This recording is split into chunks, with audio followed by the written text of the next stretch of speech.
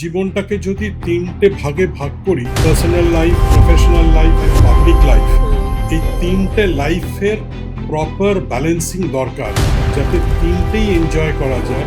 আমি তো মনে করি জীবনটাকে যদি একটা প্রোডাক্ট ভাবি, তো প্রোডাক্ট মিক্স যেরকম হয়, অনেক কিছু জিনিস উপাদান দিয়ে একটা প্রোডাক্ট তৈরি হয়, তো সুতরাং জীবনটাও শুধু ব্যবসা নয়।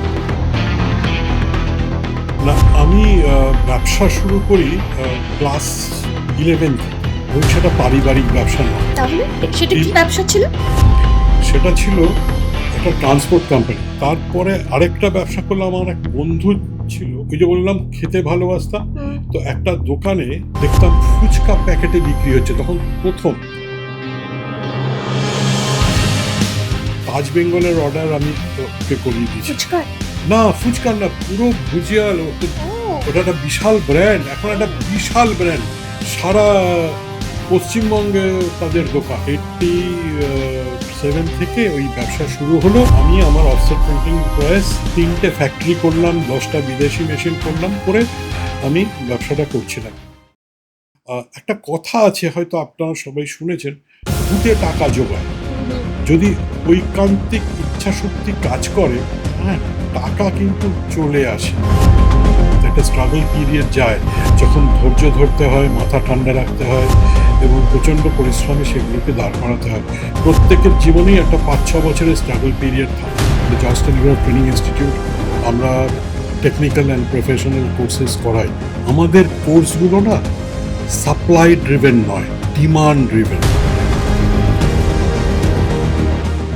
বিগত সরকারের একটা অন্যরকম স্টাইল ছিল, হয়তো সেটা আমাদের হয়তো অনেকের ভালো লাগেনি। এখনকার সরকারের যে স্টাইলে ব্যবসায়কে এগিয়ে নিয়ে যেতে চাইছে, সেটা আমাদের কাছে খুবই ইতিবাচক মনে হচ্ছে। যারা workers, factory workers, industrial workers, office workers, আমি মনে করি না যে তাদের সুবিধার্থে ট্রেড ইউনিয়নিজমটা হয়েছে। আমার মনে হয় লার্জ স্কেল সেক্টরেও আমাদের ভালো করতে হবে, আমাদের ম্যানুফ্যাকচারিং ইন্ডাস্ট্রিজ অনেক বাড়াতে হবে, তাতে কর্মসংস্থানও হবে এবং তার স্কোপ এখানে আছে। সফলতা হচ্ছে নিজের মধ্যে আনন্দ ও সন্তুষ্টি থাকা, শুধু রোজগার নয়, জীবনে সফলতা নয়। কারণ at the end of the day, are you happy?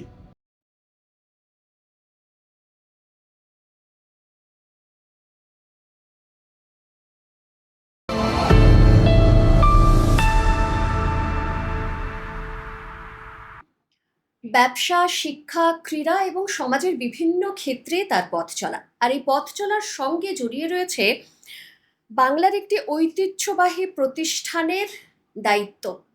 কোন ঐতিহ্যবাহী প্রতিষ্ঠান? আমি আলাদা করে আর তার বর্ণনা দেব না। দ্য জর্জ টেলিগ্রাফের গ্রুপের ম্যানেজিং ডিরেক্টর এবং বিবিসির, বলা যায় এক কথায় খুব পরিচিত মুখ, কর্ণধার মিস্টার সুব্রত দত্ত আজকে আমাদের সঙ্গে আমার পডকাস্টে, আমাদের আড্ডায়। তবে আমাদের পডকাস্টে আজকে কিন্তু একটু অন্যভাবে সাজানো হয়েছে, কারণ ব্যবসা এবং বাণিজ্য, সেই ব্যবসা বাণিজ্যে বাংলা ঠিক কোথায় দাঁড়িয়ে রয়েছে, আমরা যেখান থেকে শুরু করেছিলাম সেই জায়গা থেকে আজকে এই 2026-এ দাঁড়িয়ে আমরা কোথায় দাঁড়িয়ে রয়েছি। গত 15 বছরে রাজ্যে ব্যবসা আসেনি, যারা ব্যবসায়ী তারা অনেকেই অভিযোগ করছেন ব্যবসা করতে পারেননি। বাংলায় বাইরের কোনো বড় প্রতিষ্ঠান তারাও আসেনি। তাহলে আমরা কি অনেকটা পিছিয়ে পড়েছি? আগামী দিনে ঠিক আমরা কতটা এগোতে চাই, কতটা এগিয়ে নিয়ে যেতে পারবো বাংলাকে, এই সমস্ত বিষয় নিয়ে, এবং তার সঙ্গে ওই যে বললাম সমাজের বিভিন্ন ক্ষেত্রে যেহেতু তার পথ চলা, আর এই পথ চলায় তিনি আমাদের বিভিন্ন ক্ষেত্রে অনুপ্রাণিত করে এসেছেন এবং আগামী দিনেও করবেন। তাই আজকে আরো একবার স্বাগত জানাই সুব্রতদা আপনাকে আমার এই আড্ডায়, আমার এই পডকাস্টে। নমস্কার, ধন্যবাদ। আমার ইন্ট্রোডাকশনটা একটু বড়ই হয়ে গেল, কারণ আজকে থেকে বেঙ্গল অ্যান্ড বাণিজ্য শুরু করছি আমরা, যেখানে বাঙালিরা যে রাজ্যে দীর্ঘদিন ধরে সেই স্বাধীনতার সময় থেকে বা তার আগের থেকে যে ব্যবসা করে আসছে এবং বাঙালিরা যে এগোচ্ছে, এটা নিয়ে অনেকের মনে অনেক সময় দ্বিধা জেগেছে। অনেক ব্যবসায়ীরা যারা বাইরে তারা বলছেন যে তারা এখানে ব্যবসা করতে পারছিলেন না, তারা একটু এখন আশার আলো দেখছেন। তো সব মিলিয়ে আজকে কথা বলবো। কিন্তু এই সবকিছুর বাইরে আপনার তো অনেকগুলো পরিচিতি। সবকিছুর বাইরে সুব্রত দা তিনি কিরকম মানুষ? কি করতে ভালোবাসেন? কি করতে ভালোবাসেন না? আমি যেটা আমার মাথায় এলো প্রশ্নটা শুনে, আমি তো হ্যাঁ, এই প্রশ্নটার জন্য প্রস্তুত ছিলাম না, ওকে। কিন্তু যেটা মাথায় এলো সেটা হচ্ছে ভালোবাসি ক্রীড়া প্রশাসন, হুম, ভালোবাসি বাণিজ্যিক সংগঠন, ভালোবাসি গান শুনতে, তো ভালোবাসি আড্ডা মারতে। আচ্ছা। আজকে তো তো আড্ডাই হচ্ছে আমাদের। একদম। তো আড্ডায় গানটা তো শুনতে ভালোবাসেন। এবং যেটা না বললেই নয়, হুম, ভালোবাসি ভালো ভালো খাবার খেতে। তাই ফুডি খুব? হ্যাঁ, এবং সেটা বাঙালি খাবার। যদিও বিগত কিছু মাস ধরে একটা রেস্ট্রিক্টেড ডায়েটে আছি due to health. Due to health okay. Reasons. তো কিন্তু পেটুক বাঙালি, ভোজন রসিক বাঙালি, আমিও তার এক্সেপশন নই। আচ্ছা, সুব্রতদা এত কিছু করতে ভালোবাসেন, এত কিছু করার সময়টা পান? কারণ এত ব্যস্ত, কারণ ওই যে বলছিলাম একদিকে ব্যবসা, একদিকে ক্রীড়া ক্ষেত্রের এত গুরুত্বপূর্ণ দায়িত্ব, অন্যদিকে বেঙ্গল বিজনেস কাউন্সিলের এত সুন্দর একটা দায়িত্ব এত দীর্ঘদিন ধরে সামলাচ্ছেন। তা বাদ দিয়ে খাওয়া, গান শোনা এগুলো সময় কখন হয়? এছাড়াও আরও কিছু কিছু ব্যস্ততা আছে, হুম হুম যেরকম ফিউচার হোপ ইন্ডিয়া একটা এনজিও, হুম খুব বড় মাপের এনজিও, তার আমি বোর্ড অফ ট্রাস্টিজের চেয়ারপারসন। তো এছাড়া এফবিএসসি বলে একটা অর্গানাইজেশন আছে, ওটা হুম হুম একটা forum hmm for business social and culture, তার president. Bengal chamber of commerce and ইন্ডাস্ট্রির ম্যানেজিং কমিটির মেম্বার, এবং বেঙ্গল বিজনেস কাউন্সিল যেটা নিয়ে আপনি বলছেন, সেটাতে প্রচুর ব্যস্ততা অ্যাজ সিনিয়র ঠিক ভাইস প্রেসিডেন্ট। ঠিক। তো সুতরাং এছাড়া আমার নিজস্ব ক্লাব জস টেলিগ্রাফ স্পোর্টস ক্লাব, তার একদম জেনারেল সেক্রেটারি আমি। একদম। তো তো সুতরাং এই যে যে প্রশ্নটা আপনি করলেন, তার উত্তর আমি একটা গল্প বলি। এক গল্পই তো শুনবো আজকে। আচ্ছা। একদিন আমার বাবা, প্রয়াত বিশ্বনাথ দত্ত, যিনি সিএবির প্রেসিডেন্ট ছিলেন, যিনি বিসিসিআই বিসিসিআই মানে board of control for cricket in India, তার প্রেসিডেন্ট ছিলেন। আম, বহু বছর ক্রীড়া প্রশাসনে, 12 বছর আইএফএস সেক্রেটারি, তারপরে সিএবির সেক্রেটারি, সিএবির প্রেসিডেন্ট, সিএবির চেয়ারম্যান, হুম হুম ক্রিকেট কন্ট্রোল বোর্ড যেটা বিসিসিআই, হুম তার ভাইস প্রেসিডেন্ট, তার প্রেসিডেন্ট, এবং তার পৈতৃক ব্যবসা হুম জস টেলিগ্রাফ ক্লাব, উনি প্রেসিডেন্ট ছিলেন। তো প্রচণ্ড ব্যস্ত মানুষ। তো একদিন আমাকে বললেন যে আজকে আহ, 7টার সময় হুম তোর সাথে আমি বসবো, আহ, বাড়িতেই বলছি হুম সকালবেলা, হুম হুম ঘন্টা দুয়েকের জন্য। এবার আমার মাথায় তো তখন বাজ ভেঙে পড়লো যে 7টার সময় তো আমি ফ্রি নই। হ্যাঁ। আচ্ছা। তো আমি বললাম, আর আমি জানি বাবা 9:30 শুয়ে পড়ে, আর ততক্ষণ অবধি আমি ফ্রিও নই। হুম তো আমি বললাম, এটা কালকে করলে হয় কোনো সময়, আজকে, এবং বাবা বলেই বললাম কালকে। হুম তো বলল, না, আমি খালি দেখলাম যে তুই, আমি তোর কাছে সময় চাইছি, তোর আজকে সময় দেওয়ার সময় নেই। হুম যেদিনকে সময় থাকবে সেদিনকে বুঝবি that you are properly organised. তার মানে ইয়র যতগুলো যা ব্যবসা করিস, যা কাজ করিস, সেটাকে যদি প্রপারলি অর্গানাইজ করতে হয়, তাহলে ভালোভাবে ডেলিগেশন করতে হয় অফ রেসপন্সিবিলিটি অ্যান্ড অথরিটি। সেটা তো কমপ্লিট হয়নি। তা না হলে বলতি যে কোনো অসুবিধা নেই, 7টায় বসবো। আচ্ছা, তো এটা একটা বড় শিক্ষা। হ্যাঁ, তো সুতরাং আজকে একটা ওয়ার্কিং ডে, উইকের প্রথম ডে, রাইট। সোমবার, আজকে দুপুর 2টোয় আমি আপনার স্টুডিওতে পডকাস্টে উপস্থিত। তার মানে আমার কাছে সময় আছে। আমি নিজেকে অর্গানাইজ করতে পেরেছি। তো সেটা অনেক বছর বাদে, যখন বাবা বলেছিল তখন নয়, সেই জায়গাটা অ্যাচিভ করতে অনেক সময় লেগে গেছে। এখন আমি ফুললি অর্গানাইজড, এতগুলো কাজ করতে কোনো অসুবিধা হয় না। টাইম ম্যানেজমেন্টও শিখে গেছি, আর্ট অফ ডেলিগেশনও শিখে গেছি, কোনো অসুবিধা হয় না। আর তার সঙ্গে সঙ্গে নিজস্ব ভালোবাসার জিনিসগুলো করারও সময় বার করে নিশ্চয়ই, দেওয়া আমি হয়। তো মনে করি জীবনটা কে যদি একটা প্রোডাক্ট ভাবি, তো প্রোডাক্ট মিক্স যেরকম হয়, হুম অনেক কিছু জিনিস উপাদান দিয়ে একটা প্রোডাক্ট তৈরি হুম হয়। হুম তো সুতরাং জীবনটাও শুধু ব্যবসা নয়, জীবনটাও শুধু প্রফেশন নয়, জীবনের সাথে সাথে জীবনে আনন্দ করতে জানতে হয়। তার তার মধ্যে আড্ডাকেও থাকতে হবে, গান শোনাও থাকতে হবে, বেড়ানোও থাকতে হবে, ভালো ভালো খাওয়া দাওয়া থাকতে হবে। এবং জীবনটাকে যদি তিনটে ভাগে ভাগ করি, personal life, professional life and public life, hmm এই তিনটে লাইফের প্রপার ব্যালেন্সিং দরকার, যাতে তিনটেই এনজয় করা যায়। তাহলে লাইফটা সার্বিকভাবে খুব এনজয়েবল হয়, খুব তাতে খুব আনন্দ থাকে, সন্তুষ্টি থাকে, শান্তি থাকে। একদম। এটা কিন্তু খুব বড় একটা ইন্সপিরেশনের কথা। কারণ অনেকেই আমরা সেটা করতে পারি না। এই ব্যালেন্স করা, আমরা কাজের মধ্যে এত ঢুকে যাই তখন পার্সোনাল লাইফকে ভুলে যাই। আবার পার্সোনাল লাইফে যখন খুব বেশি ঢুকে গেলাম তখন আবার কাজের কোথাও একটা হ্যাম্পার হলো। তো এটা কিন্তু খুব বড় শিক্ষা। মানে এটা আমি তো শিখলাম অনেকটাই অনেক কিছু। আচ্ছা, এই যে পরিবারের একটা ব্যবসা, এবারে একটু আমরা ব্যবসার কথায় চলে আসি। নিশ্চয়ই। পরিবারের ব্যবসা, সেটাতে আপনার আসা এবং সেটাকে খুব সুন্দর করে যেভাবে বাবা তৈরি করেছিলেন বা তার আগের জেনারেশন তৈরি করেছিলেন, সেটাকে এত সুন্দর করে এগিয়ে নিয়ে যাওয়া, এটা কি স্বেচ্ছায় ছিল না পরিবারের উপর থেকে একটা চাপ ছিল? না, আমি ব্যবসা শুরু করি ক্লাস 11 থেকে, আচ্ছা। এবং সেটা পারিবারিক ব্যবসা নয়, তাহলে? সেটা নিজস্ব ব্যবসা। হুম ঠিক আছে। তো এবং কলেজের ফার্স্ট ইয়ার থেকে আমি পারিবারিক ব্যবসায় আহ, শিখতে আরম্ভ করি।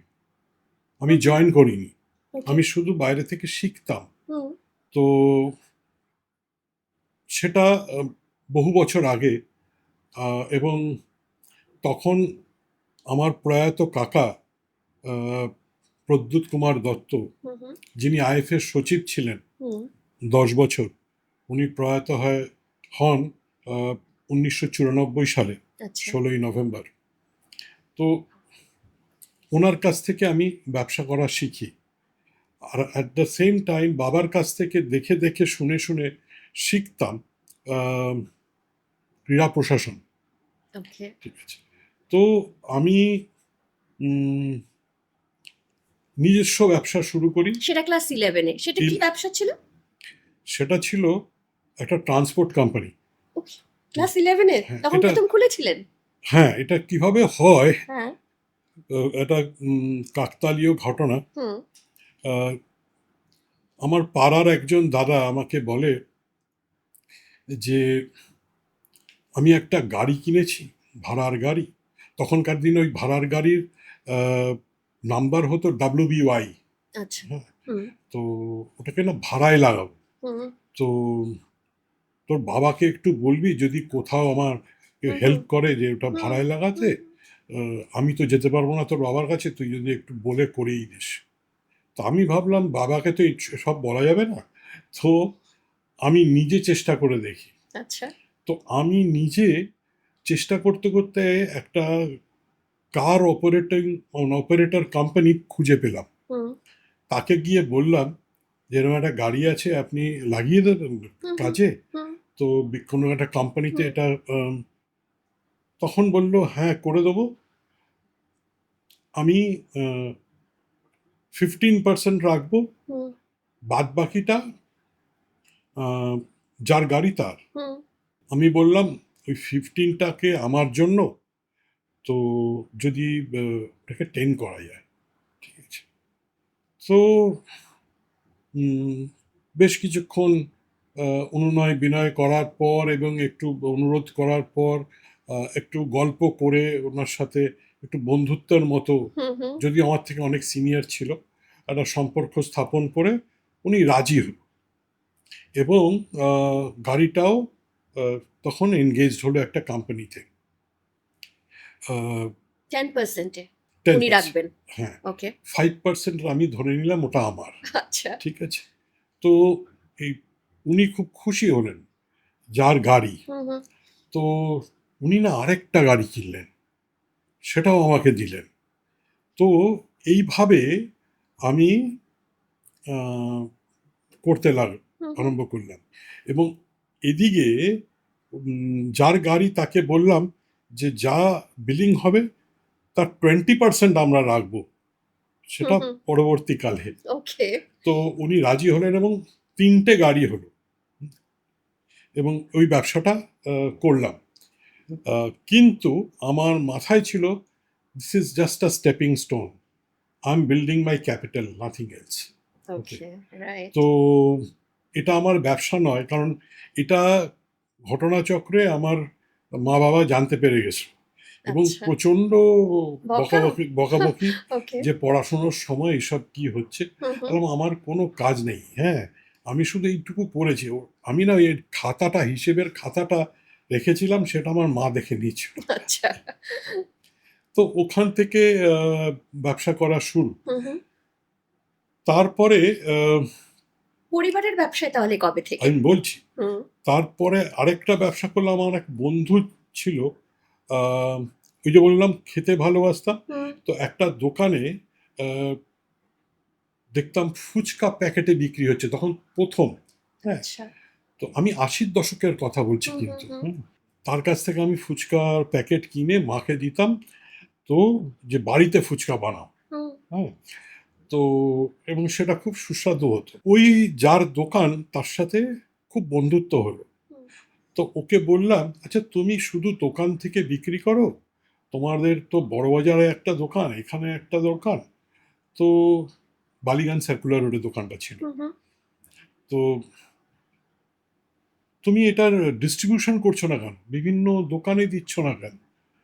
তো এটার ইনস্টিটিউশনাল সেলস করছো না কেন? হুম হুম। বলে আমি এগুলো করতে জানি না, আমি কি করে করব। তো তুমি যদি দায়িত্ব নাও, তুমি করো না, আমি তোমায় দিয়ে দেবো মা। তো তুমি একটা পার্সেন্টেজ ডিলারদের হুম দেবে, হুম। একটা পার্সেন্টেজ আমি তোমায় দেবো। ওকে। তো আমি ভাবলাম ওয়াই নট। তো আমি আমি বললাম যে তোমার যে মাল দেবার গাড়ি, আই উইল ইউজ দ্যাট। হুম হুম। ঠিক আছে, তুমি দরকার হলে তার কস্ট হুম কেটে হুম। নিতে পারো। হুম। বললো না, আমার কস্ট লাগবে না, ওকে। তুমি আমার সেলস বাড়াচ্ছ, আমার ওটা লাগবে না। আচ্ছা। And you are not taking any remuneration, hmm hmm. So you are just taking your commission, no hmm problem. Hmm. তো you can only book orders, আমার গাড়ি গিয়ে পৌঁছে দেবে। বাহ! হুম। সেটাটা বাড়তে লাগলো, বাড়তে বাড়তে আমি ওকে ইনস্টিটিউশনাল অর্ডারও দিলাম। তখন সবে তাজ বেঙ্গল হচ্ছে, তাজ বেঙ্গলের অর্ডার আমি ওকে করিয়ে দিয়েছিলাম। ফুচকার? না, ফুচকার না, পুরো ভুজিয়াল। ও তো, ও! ওটা একটা বিশাল ব্র্যান্ড, এখন একটা ও! বিশাল ব্র্যান্ড, সারা পশ্চিমবঙ্গে তাদের দোকান। আমার আচ্ছা। ধারণা কিছু না হলে 40-50টা দোকান হবে। হ্যাঁ, তো বিশাল ব্র্যান্ড এখন। তো তখন অতটা বড় ছিল হুম না, হুম। কিন্তু তাদের তো প্রচুর, তাদের তো ওই মানে ভুজিয়াওয়ালা আর হুম কি। হুম হুম। তার প্রচুর নোনতা হুম হুম। আছে, মিষ্টি আছে, অনেক প্রচুর কিছু, অপশনস তাদের। প্রচুর হুম প্রচুর হুম। প্রোডাক্টস। তো সেইগুলোর ডিস্ট্রিবিউশন আমি শুধু যোগাযোগ করতাম। আমার, তাও আমার লোককে পাঠিয়ে, আমার এক বন্ধু ছিল, তাকে দিয়ে আমি বিভিন্ন দোকান থেকে অর্ডার কালেকশন করাতাম। হুম হুম। আহ, করিয়ে সেই অর্ডারটা তুলে, জাস্ট অ্যাকচুয়ালি ওরই ডিস্ট্রিবিউশনটা আমি অর্গানাইজ করছি, আচ্ছা। আর কিছুই না।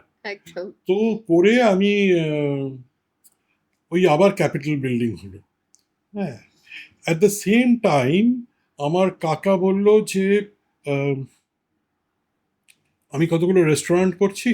হুম। তো আমি বললাম তাহলে আমার একটা জায়গা ছিল, আমি ইনফ্যাক্ট বাবার ছিল, ওটা বন্ধ পড়েছিল, তো সেটা কাকারও ছিল। বললো তুই 3টে রেস্টুরেন্ট কর, একটা তোর, দুটো আমার, আমারটাও তুই একটু দেখে দে। হুম হুম। তো 3টে রেস্টুরেন্ট আমি করলাম তখন।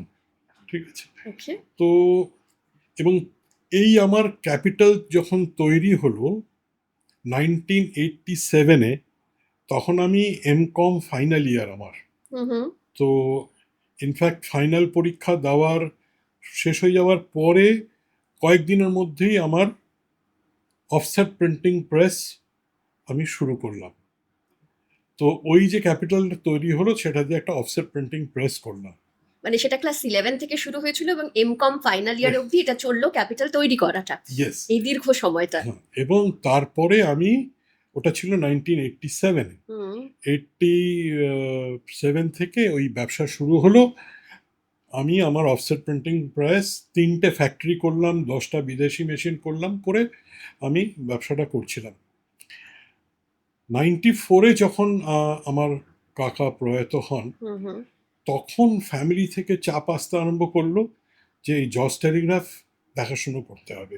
তখন অনলি দ্য জজ টেলিগ্রাফ ট্রেনিং ইনস্টিটিউট, এটাই হুম হুম যেটা পেরেন্ট বিজনেস, যেটা এখন 106 বছর বয়স। তো আমি কিছুতে রাজি হচ্ছিলাম না, কারণ আমার তখন সময় নেই। তখন অফসেট প্রিন্টিং প্রেস, তার মধ্যে আমি শুরু করেছি, আহ, সেই প্রেসের নাম ছিল কোলোরা অফসেট, এবং তার সাথে শুরু করেছি একটা ক্রিয়েটিভ ডিজাইন স্টুডিও, ওকে কোলোরা ক্রিয়েটিভ, এবং হুম হুম তার সাথে শুরু করেছি তারপরে এক্সপোর্টস। আচ্ছা ওকে। তো এতগুলো ব্যবসা, উইংস চলছে। প্রচণ্ড ব্যস্ত আমি। তো সময় কোথায় আমার জজ টেলিগ্রাফ দেখার? হুম হুম কিন্তু ফ্যামিলি থেকে বললো যে নো, দেখতেই হবে। দেখতে হবে। তো আমি গিয়ে আমার মাকে বললাম প্রোটেকশনের জন্য যে আমি এটা দেখতে পারবো না, hmm hmm others are there in the family. তো মা বলল, তোর দাদুর করা, উনি একজন মহাপুরুষ ছিলেন, আহ, এবং ওনার হয়তো স্বপ্ন তুই এটা দেখিস, তো পরিবারের সবাই চাইছে তুই দেখিস, তো এটাতে জয়েন কর। তো আমি বললাম আমার সাথে সাথে জয়েন করতে হবে। আমার দাদা, যিনি ইলেকট্রিক্যাল ইঞ্জিনিয়ার যাদবপুর ইউনিভার্সিটি থেকে, হুম হুম দাদা তখন আহ, চাকরি করছে অ্যাজ অ্যান ইঞ্জিনিয়ার। হুম হুম আমার আরেক ভাই, যিনি এমবিএ করেছে, আহ, দাদার নাম গোরা দত্ত, হুম হুম ভাইয়ের নাম অতীন দত্ত। হুম আহ, ও এমবিএ করেছে যাদবপুর ইউনিভার্সিটি থেকে। আমি বললাম ওদেরও আমার সাথে জয়েন করতে হবে। হুম পরবর্তীকালে আমার সাথে জয়েন করে আমার আরও দুই ভাই, অনির্বাণ দত্ত এবং অনিন্দ দত্ত, যারা প্রদ্যুৎ দত্তর ছেলে। আচ্ছা আমরা সবাই ফার্স্ট কাজিন। ওকে এছাড়া আমাদের এক বোন আছে, মৌসুমী রায়চৌধুরী, উনিও আছেন। হুম হুম আহ, উনি স্টুডেন্টস অ্যাফেয়ার্সটা দেখেন। হুম হুম তো এবং আমরা সবাই মিলে এখন এই থার্ড জেনারেশন ব্যবসা দেখি। এছাড়া ফোর্থ জেনারেশনও এসে গেছে, তারাও কি দায়িত্ব নিয়ে নিয়েছে তারাও খানিকটা? দায়িত্ব নিয়ে নিয়েছে খানিকটা। তো তাহলে এখন অনেকটা একটু গৌরব নিশ্চিন্ত। তার নাম গৌরব দত্ত আর অধীরাজ দত্ত।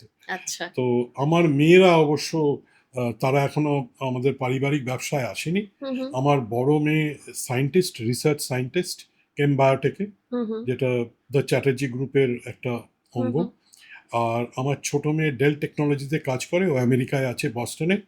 ও ওখানে সিনিয়র পজিশনে আছে। তারা কি ফ্যামিলির এই বিজনেসে আসবে হয়তো আসবে ইন ফিউচার? ইন ফিউচার, এখন আচ্ছা তারা তৈরি হচ্ছে। একদম মানে এটা পুরো সেই গল্পের মতন মনে হলো সেই ক্লাস 11-এ আপনার জার্নি শুরু হয়েছে আমরা পৌঁছে গেলাম এখন সাডেনলি 2026-এ। আচ্ছা জর্জ টেলিগ্রাফ এই নামটা কেন, মানে নামটা দেওয়ার পেছনের কি কোনো এটা গল্প খুব, আছে? হ্যাঁ, এটা খুব কমন প্রশ্ন।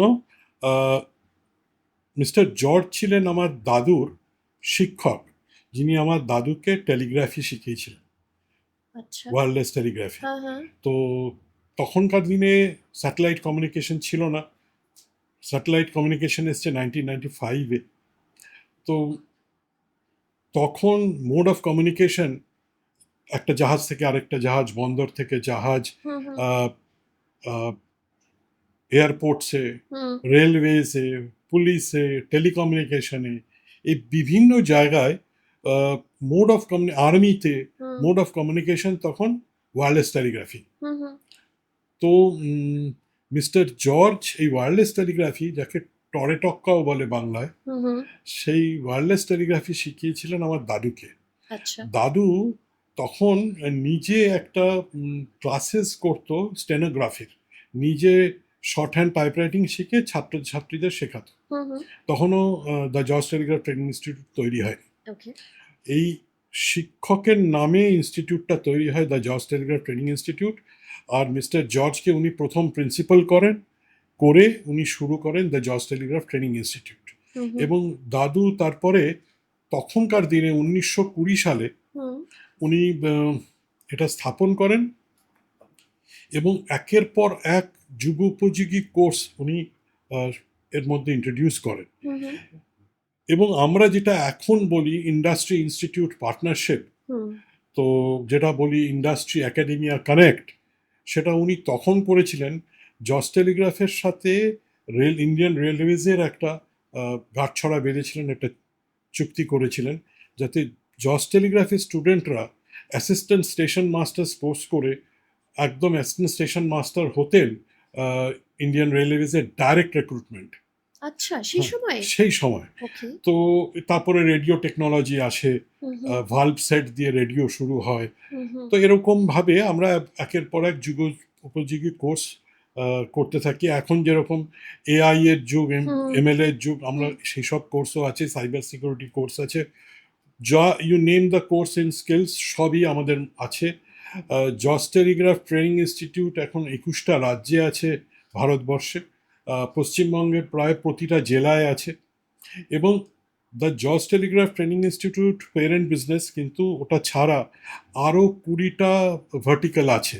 আচ্ছা। বিভিন্ন শিক্ষাক্ষেত্রে আমাদের 7টা কলেজ আছে এবং বিভিন্ন শিক্ষাক্ষেত্রে George telegraph institute of accounts আছে, George institute of interior designs আছে, George animetric school of animation আছে, George school of competitive exams আছে। এরকম আমি বলে যেতে পারি 20টা ভার্টিক্যাল আছে। হুম হুম। তো বিএড কলেজ আছে, ল কলেজ আছে, এবং আমরা একটা ইউনিভার্সিটি তৈরি করেছি যেটা খুব শিগগিরই লঞ্চ সেটা হবে। কোথায়?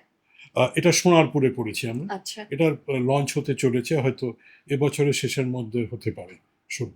একদম মানে এখন মানে ওই জর্জ টেলিগ্রাফ তার উইংস হতে হতে হতে হতে এখন গোটা রাজ্য ছাড়িয়ে দেশের বিভিন্ন প্রান্তে এখন আপনাদের উপস্থিতি এবং তার দায়িত্বভার আপনার কাছে। না, আমার সাথে দায়িত্বে এখন আমার দাদা এখনো প্রিন্সিপাল, দাদাও একাডেমিক্সটা দেখে। ওনারাও দেখছেন। হ্যাঁ, আমার এক ভাই এখন যেটা যে সবচেয়ে ছোট ভাই অনিন্দ দত্ত, ও অপারেশনসটা দেখছে ইনস্টিটিউটের।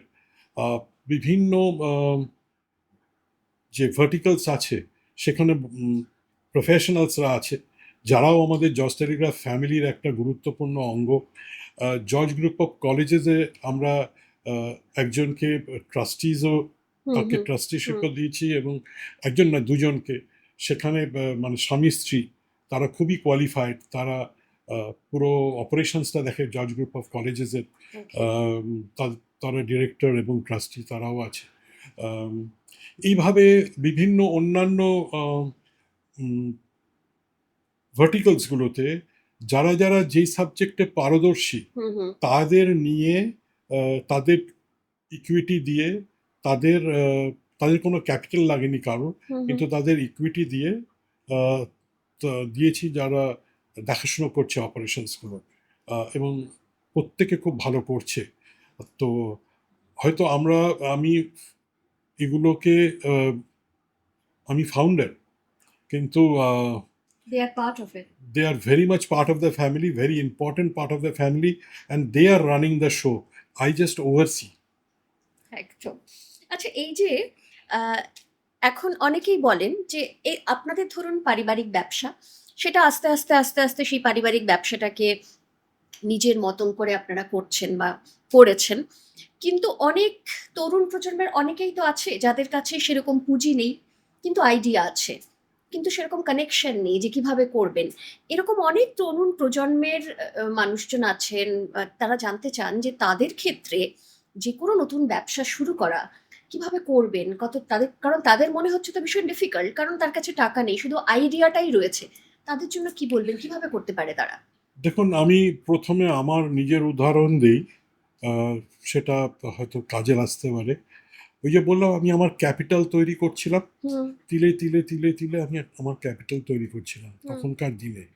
এবং যখন আমি এই অফসেট প্রিন্টিং প্রেস করব, সেটাও আমার এক বন্ধুকে যখন আমি জিজ্ঞেস করছি আমার কি ইন্ডাস্ট্রি করা উচিত, তো একজন বন্ধু বলল যে আমি অফসেট প্রিন্টিং মেশিন বিক্রি করি হুম এবং খুব ভালো ব্যবসা, প্রচণ্ড মানে এর প্রচণ্ড চাহিদা, hmm you can do this business. তো আমি দেখলাম ওর যা মেশিনের দাম, অত টাকা তো আমার কাছে নেই। হুম হুম তো আমি ব্যাংকের কাছে গেলাম, ব্যাংক বললো যে এত পার্সেন্ট মার্জিন মানি লাগবে। হুম হুম সেটাই আমার আমার ক্যাপিটাল যেটা তৈরি করেছিলাম সেটা দিলাম, বাদ বাকি টাকাটা ব্যাংক দিল। কিন্তু ব্যাংক, আমি তখনকার দিনে ফর্ম ফিল আপ করে জমা দিয়ে তাদের যত কোয়েরিজ আছে সেগুলোকে মিট করে প্রায় 4 মাস লেগে গেল আমার লোন বার করতে। এবং তো সেই তখন পরিবারের সহযোগিতাটা নেননি? একদম না, আমি একটা টাকাও নেইনি কারোর কাছ ওকে থেকে। ওকে পুরো নিজের ব্যবসা নিজের টাকায় করেছি। আহ, বরঞ্চ মানে মা এনকারেজ করতো, কিন্তু হয়তো মনে মনে আমার বাবা আহ, দেখাতো যে আমি একটু পড়াশুনো নেগলেক্ট করছি, কিন্তু আমি পড়াশুনো আহ, শুধু চালিয়ে গেছি না, ভালো করতাম পড়াশোনা। ওকে তো আমার মনে আছে আমি বিকম ফার্স্ট ইয়ারে পুরো ক্লাসে ফার্স্ট হয়েছিলাম। হুম, তো কথাটা হচ্ছে পড়াশুনো যে গুরুত্বটা বুঝতাম, এবং সেইভাবে আমার ক্যাপিটাল তৈরি করে ব্যাংকের লোন নিয়ে আমি শুরু করেছিলাম। একটা কথা আছে, হয়তো আপনারা সবাই শুনেছেন, ভূতে টাকা জোগায়। হুম হুম যদি ঐকান্তিক ইচ্ছাশক্তি কাজ করে, হুম হ্যাঁ, টাকা কিন্তু চলে আসে। এবং কেউ যদি দেখে যে এর মধ্যে পোটেনশিয়াল আছে, এই যেভাবে স্টার্ট আপ কোম্পানিগুলো তৈরি হয় হুম হুম কারোর মধ্যে, বা যেগুলো ছোট ব্যবসা তৈরি হয়, হুম সবই হুম যে স্টার্ট আপ হয় তা তো নয়, ঠিক অনেক ছোট ব্যবসাও তৈরি হয়। হুম হুম তো কারোর মধ্যে যদি কেউ দেখে যে সেই ফায়ার ইন দ্য বেলি আছে, হুম হুম হ্যাঁ, মানে পেটে খিদেটা আছে, প্রচণ্ড ইচ্ছা শক্তি আছে হুম একটা একটা ব্যবসা করার, হুম আহ, তখন কিন্তু অনেকেই এগিয়ে আসে তাকে সাপোর্ট করতে। সেইভাবে নিজেকে প্রেজেন্ট করতে হয়, সেইভাবে নিজের যে মনের ইচ্ছেটা, সেই যে প্রজেক্টটা, সেটাকে উপস্থাপনা করতে হয়, করে আহ, তখন লোক চলে আসে পাশে দাঁড়াবার। এবং কঠোর পরিশ্রম দিয়ে, মানে প্রচুর খাটতে হয় সেই ব্যবসাটাকে দাঁড় করাতে। একটা স্ট্রাগল পিরিয়ড যায়, যখন ধৈর্য ধরতে হয়, মাথা ঠান্ডা রাখতে হয়, এবং প্রচণ্ড পরিশ্রমে সেগুলোকে দাঁড় করাতে হয়। প্রত্যেকের জীবনেই একটা 5-6 বছরের স্ট্রাগল পিরিয়ড থাকে। ঠিক তারপরে সে আস্তে আস্তে প্রচুর সুযোগ পেতে থাকে, যেগুলো ঈশ্বরের আশীর্বাদ, এবং সে গ্রো করতে থাকে। একদমই তাই। অর্থাৎ ইচ্ছা শক্তি, সঙ্গে চেষ্টা এবং সময় তিনটেই দিতে হবে হ্যাঁ, নিশ্চয়ই। এবং তারপরেই একটা জায়গায় পৌঁছানো চাপ। সুব্রতদা, জর্জ টেলিগ্রাফ মূলত কারিগরি শিক্ষা ও কর্মসংস্থান এই দুটোর সঙ্গেই যুক্ত দীর্ঘদিন ধরে। আপনার মতে শিক্ষা ও চাকরির বাজারের মধ্যে সবচেয়ে বড় পার্থক্যটা ঠিক কোথায়? কথাটা হচ্ছে, আহ, বিশেষ করে যদি আমি কারিগরি শিক্ষার কথা বলি, হুম আহ, বা আজকালকার দিনে কোর্স মানেই প্রফেশনাল কোর্স। হুম কারণ লক্ষ্যটা হচ্ছে চাকরি পাওয়া, জীবনে প্রতিষ্ঠা পাওয়া। হুম তো আমি একটা কোর্স করালাম, করিয়ে এইবার সেই কোর্সটা যখন একটা স্টুডেন্ট কোয়ালিফাই করলো, পাশ করলো, তারপরে সে চাকরি খুঁজতে বেরোলো, হুম এবং সেটা না, রাস্তাটা নয়। তাহলে আমরা যুগ যুগ ধরে এটাই করে এসেছি যে স্টুডেন্ট বিভিন্ন কোর্স করছে, হুম স্টুডেন্টরা হুম করে তারপরে তারা চাকরির বাজারে নিজেদের অ্যাপ্লিকেশন দিচ্ছে, রেজিউমে দিচ্ছে, দিয়ে ইন্টারভিউ দিচ্ছে, চাকরি পাচ্ছে। হুম আহ, যারা এডুকেশনাল ইনস্টিটিউট, স্পেশালি যারা প্রফেশনাল কোর্সেস করায়, হুম যেসব কলেজেস, যেসব ইনস্টিটিউট, যেরকম the George telegraph training institute, আমরা টেকনিক্যাল অ্যান্ড প্রফেশনাল কোর্সেস করাই।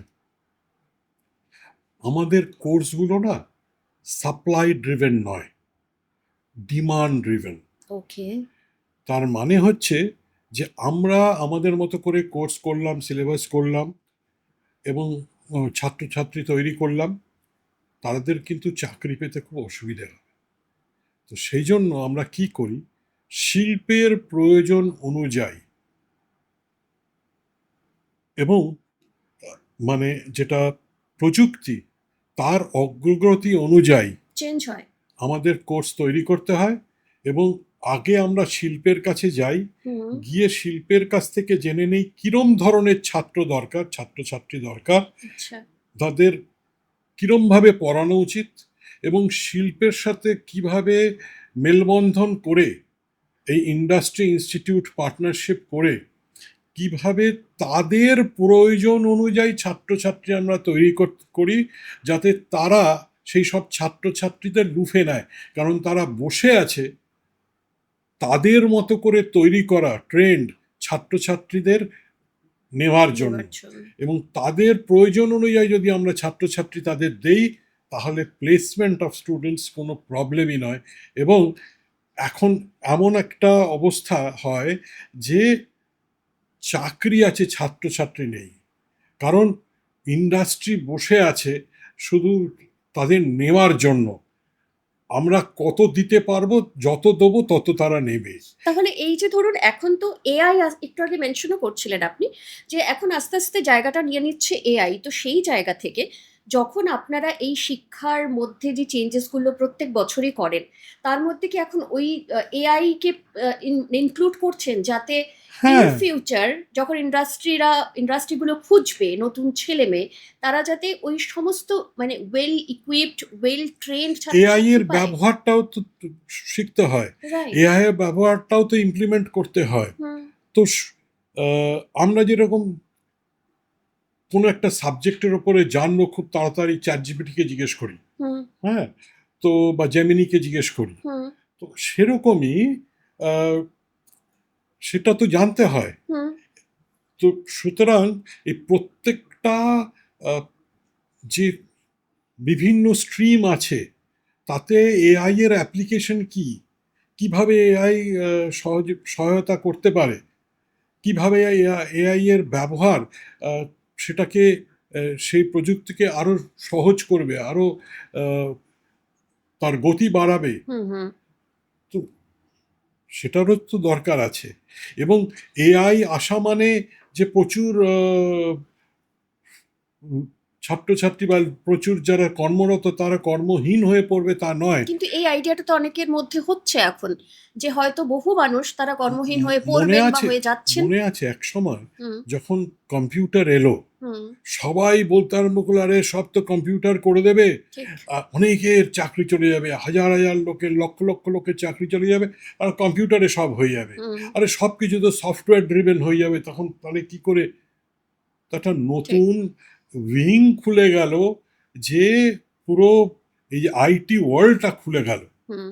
ঠিক আছে, যখন এই যে কমিউনিকেশন, স্যাটেলাইট কমিউনিকেশন এলো, তার সাথে সাথে স্যাটেলাইট মানে টেলিকমিউনিকেশনের কত চাকরি স্কোপ বাড়লো।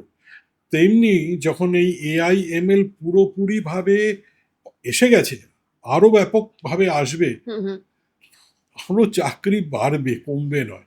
হয়তো আম, একটা ধারণা তৈরি হচ্ছে যে আম, খুব বিপদ আসছে, বা হয়তো সাময়িক ভাবে অনেকের চাকরি হয়তো চলে যাচ্ছে, যাদের যাদের এআই রিপ্লেস করে দিচ্ছে। হুম। কিন্তু তারাও তখন বাধ্য হবে পড়াশুনো করে হোক, প্রযুক্তি শিখে হোক, এআই না হোক অন্যান্য প্রযুক্তি দিয়ে সেখানে নিজেকে এনগেজ করার, এমপ্লয় করার। এবং এআই হয়তো হেল্প করবে বিভিন্ন আহ, যে স্ট্রিমস অফ এডুকেশন আছে, হুম। হুম।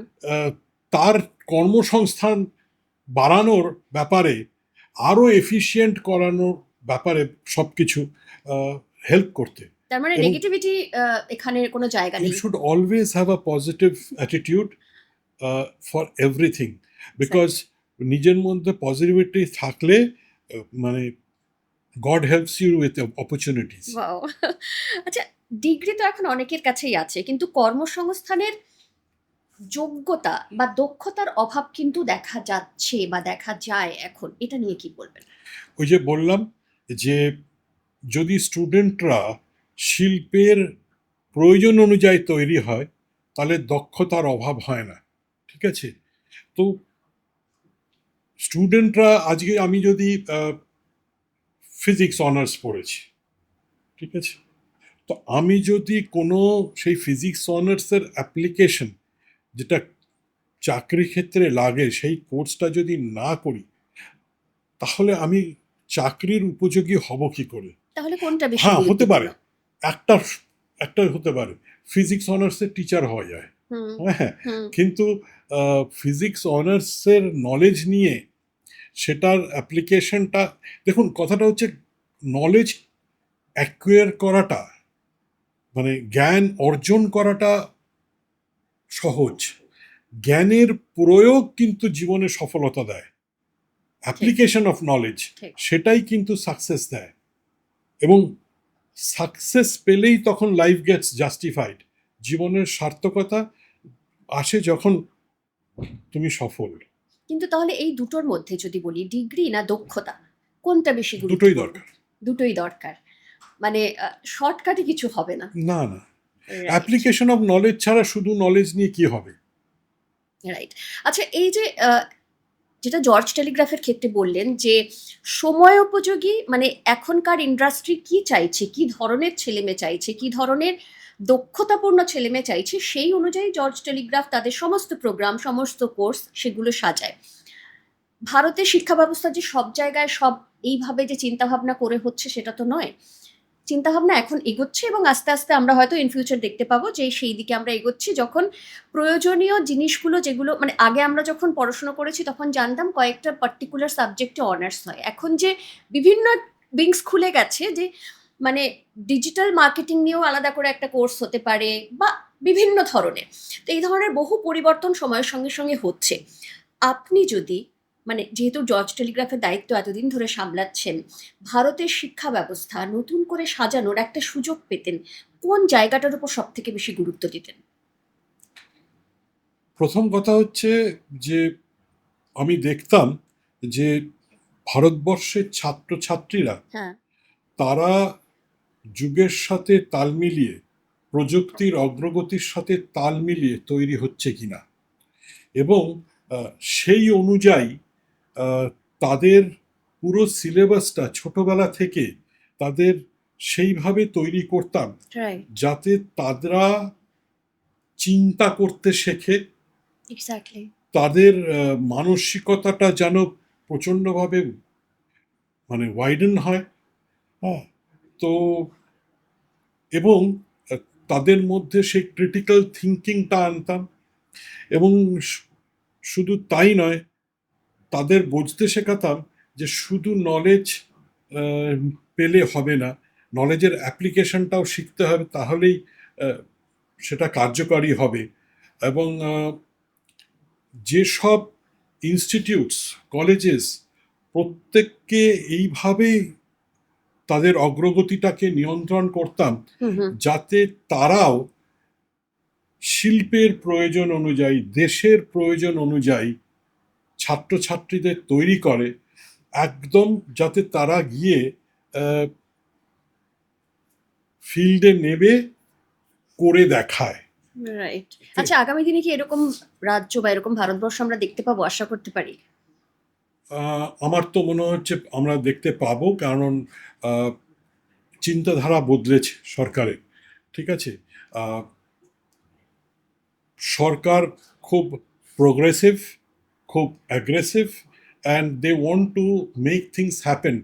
আগে না আমরা ফেলে রাখতাম ছাত্রছাত্রীদের মানে in the hands of chance, ঠিক রাইট। আছে, তো মানে সেখানে আহ, তাদের ভবিষ্যৎটা অনিশ্চিত ছিল। এখন কিন্তু ছোটবেলা থেকে ছাত্রছাত্রীরা তৈরি হচ্ছে নিশ্চিত ভবিষ্যতের দিকে, এবং সফলতাটা শুধু যে তাকে চাকরি করতে হবে বা তাকে ব্যবসা করতে হবে, হুম হুম যেরকম এখন এই স্মল বিজনেস বা হুম স্টার্ট আপস এইসব নিয়ে প্রচুর কিছু চলছে, হুম হুম এন্টারপ্রেনারশিপ ট্রেনিং। হুম।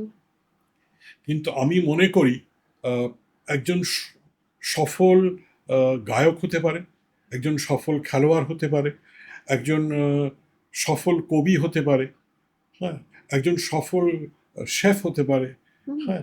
তো সুতরাং যার যেটা আহ, করতে ইচ্ছে করে বা যার যেটা মনের বাসনা, যার যেটাতে দক্ষতা, তার সেটাতেই সফলতার জন্য নিজের মানসিকতাটাকে সেইভাবে তৈরি করতে হবে এবং সেইভাবে নিজেকে নিয়োজিত করতে হবে, নিজেকে উজাড় করে দিতে হবে, সাধনা করতে হবে যাতে সে সফল হয় তাতে। ঠিক এই জায়গায় একটা প্রশ্ন করবো কারণ সুব্রতদা। জীবনের সফলতাটাই তো শেষ কথা। হ্যাঁ, মানে কিন্তু এখানে একটা প্রশ্ন রয়েছে। মানে আপনি যেহেতু মানে বিভিন্ন জেনারেশনের লোকজনের সঙ্গে আপনার কাজ, সেই জায়গায় এই মুহূর্তে দাঁড়িয়ে তরুণদের সাফল্য সম্পর্কে ভুল ধারণাটা কি? মানে কোন জিনিসটাকে সফলতা বলবো, সাফল্য বলবো সেটা সম্বন্ধে তো অনেকের ধারণাটা ঠিক পরিষ্কার নয়। কি বলবেন? সফলতা হচ্ছে মাথা উঁচু করে বাঁচা, নিজের মধ্যে আনন্দ এবং সন্তুষ্টি থাকা, আহ, এবং আহ, যাতে দেশ উপকৃত হয়। রাইট। আমি যে আছি, বেঁচে আছি, আমি কন্ট্রিবিউট করছি সমাজকে, আমি কন্ট্রিবিউট করছি দেশকে, আমি কন্ট্রিবিউট করছি আমার পরিবারকে। এই যদি কন্ট্রিবিউশন আমার না থাকে, সেটা যদি নেগেটিভ হয়, তাহলে তোমার বেঁচে থাকার সার্থকতাই নেই। একদম। এখানেই বোধহয় আমরা কোথাও একটা ভুল করি। কেউ ভাবেন যে কেউ খুব উপার্জন করছেন তার কোনো প্রফেশনে, সে বোধহয় খুব সফল মানুষ। কিন্তু না, তার সমাজের প্রতি হয়তো কোনো দায়বদ্ধতা নেই। তিনি তার মতনই রয়েছেন। তাকে কি আমরা সফল বলবো? এটা নিয়ে একটা প্রশ্ন থাকে। তো সেই জায়গা থেকে মনে হলো। শুধু রোজগার নয়, রাইট। আহ, জীবনে সফলতা নয়। কারণ at the end of the day, are you happy? Yes. তো এবং হ্যাপিনেস এটা তো ভেতর থেকে আসে, এটা কেনা যায় না, এটা পাওয়া যায় না, এটা নিজের মধ্যে তৈরি হয়। আহ, শান্তি, আনন্দ, সন্তুষ্টি, এগুলো তো নিজের মধ্যে থেকে আসে। তো এটা পেতে গেলে কিন্তু আহ, সফলতা দরকার হয়। সেটা শুধু আর্থিক সফলতা নয়, সর্বক্ষেত্রে সফলতা। ঠিক আছে? তার জন্য নিজেকে নিয়োজিত করতে হয়, তার জন্য নিজেকে তৈরি করতে হয়, হ্যাঁ, একদম, একদম। তার চলো। জন্য ভালোভাবে নিজেকে প্রয়োগ করতে হয়। সুব্রতদা, এবারে একটু আমরা বেঙ্গল বিজনেস কাউন্সিলের কথা বলি। কারণ বিভিন্ন চেম্বার বা ব্যবসায়িক সংগঠন তো রয়েছে। তো আলাদা করে বিবিসির প্রয়োজনীয়তা আপনারা কোথায় দেখেছিলেন? যেখান থেকে এই বিবিসির পরিকল্পনা বা তার শুরু? বেঙ্গল বিজনেস কাউন্সিল, বঙ্গীয় বাণিজ্য পরিষদ, আহ, অন্যান্য চেম্বারের থেকে আলাদা। হুম, এবং এটা কোনো চেম্বার অফ কমার্স নয়। হুম, হুম। আহ, এটা বাঙালি ব্যবসায়ীদের একটা আন্দোলন, একটা আবেগ, অনুভূতি, যেটা আলোড়ন সৃষ্টি করছে শুধু পশ্চিমবঙ্গে নয়, সারা ভারতবর্ষে, সারা পৃথিবীতে। হুম, হুম। আহ, আমরা বলি যে এটা আমাদের বাঙালিদের বাণিজ্যে একটা মহাধ্বনি। আচ্ছা। তো এবং সেটাই আহ, আমরা বেশ কিছুজন মিলে, হুম, প্রায় আমাদের 650 সদস্য, আমরা সবাই বাঙালি, সবাই ব্যবসায়ী, এবং আমরা নিজেদের আহ, যে ব্যবসা, হুম, আহ, সেটার উন্নতির জন্য, সেটাকে গ্রো করাবার জন্য, যাতে ছোট ব্যবসাগুলো আহ, মাঝারি হয়, মাঝারি ব্যবসা বড় হয়, বড় ব্যবসা আরও বড় হয়, আহ, সেই উদ্দেশ্যে আমরা বিভিন্নভাবে এই বেঙ্গল বিজনেস কাউন্সিলকে তৈরি করছি। এবং আমাদের নিজেদের মধ্যে হুম, হুম, প্রায় 2,500 কোটি টাকার ব্যবসা ইতিমধ্যে হয়ে গেছে এই বিগত 4-5 বছর। হুম। এবং আমরা আমাদের সদস্যদের ব্যবসায়িক প্রয়োজন তো আমরা নিশ্চয়ই পাশে থাকি একে অপরের। আমরা একে অপরের প্রতিযোগী নই, আমরা একে অপরের সহায়ক, এবং আমরা একে অপরকে সাহায্য করি, একে অপরের সাথে একটা নিবিড় সম্পর্ক তৈরি করি। যাতে সব রকম প্রয়োজনে আমরা একে অপরের পাশে দাঁড়াতে পারি। সেটা শুধু ব্যবসায়িক প্রয়োজন নয়, সেটা ব্যক্তিগত প্রয়োজনও। কাউকে যদি হসপিটালাইজ করতে হয়, হুম কাউকে হুম যদি আহ, কোনো তার লোকের দরকার হয়, বা তার ছেলের স্কুলে অ্যাডমিশন করাতে হয় বা কলেজে অ্যাডমিশন করাতে হয়, যার যা উম, কারুর যদি নিকট আত্মীয়ের যে কোনো হসপিটালাইজেশন বা ডাক্তারের প্রয়োজন হয়, সেটা যখনই হোক, আহ, যে কোনো ব্যক্তিগত প্রয়োজনও আমরা একে অপরের পাশে থাকি। হুম হুম। কারণ আমরা একটা পরিবার, এবং এবং আমরা নিজেদের সকলে এই পরিবারের সদস্য মনে করি, যার জন্য আমাদের মধ্যে একটা মানে খুবই নিকট আত্মীয়তা গড়ে উঠেছে। আচ্ছা, এটা কি শুধু কলকাতা ভিত্তিক না পুরো রাজ্য ভিত্তিক? আপাতত এটা পুরো রাজ্যভিত্তিক। আমাদের রাঢ় বাংলা চ্যাপ্টার আছে, আমাদের উত্তর বাংলা চ্যাপ্টার আছে, আমাদের কলকাতা এবং পার্শ্ববর্তী অঞ্চলের পুরো চ্যাপ্টার আছে, এবং সেটাই হেডকোয়ার্টার্স ইনফ্যাক্ট। আর এছাড়া ভারতবর্ষের বিভিন্ন জায়গায় আমাদের সদস্য আছে, পৃথিবীর বিভিন্ন জায়গায় আছে। তো সুতরাং আমরা সারা বছর ধরে বিভিন্ন অনুষ্ঠান করি, যাতে আমাদের বলতে বাঙালিদের এবং বাংলার হুম। বাণিজ্যের উন্নতি হয়, আহ, অগ্রগতি হয়, সেই অগ্রগতি যেন আরও ত্বরান্বিত হয়, এবং আমরা যাতে চিহ্নিত হই সারা পৃথিবীতে একটা বাণিজ্যিক কমিউনিটি হিসাবে, যে বাংলা শুধু কালচারাল বা ফুড ক্যাপিটাল অফ ইন্ডিয়া নয়, বাংলা একটা বিজনেস ক্যাপিটাল অফ ইন্ডিয়াও বটে। এখনকার সরকার খুবই সহযোগিতা করছে, সহায়তা করছে, এবং খুবই তারা প্রোগ্রেসিভ, অ্যাগ্রেসিভ, এবং তারা চাইছে যে বাংলার ব্যবসার অগ্রগতি আরও ত্বরান্বিত হোক।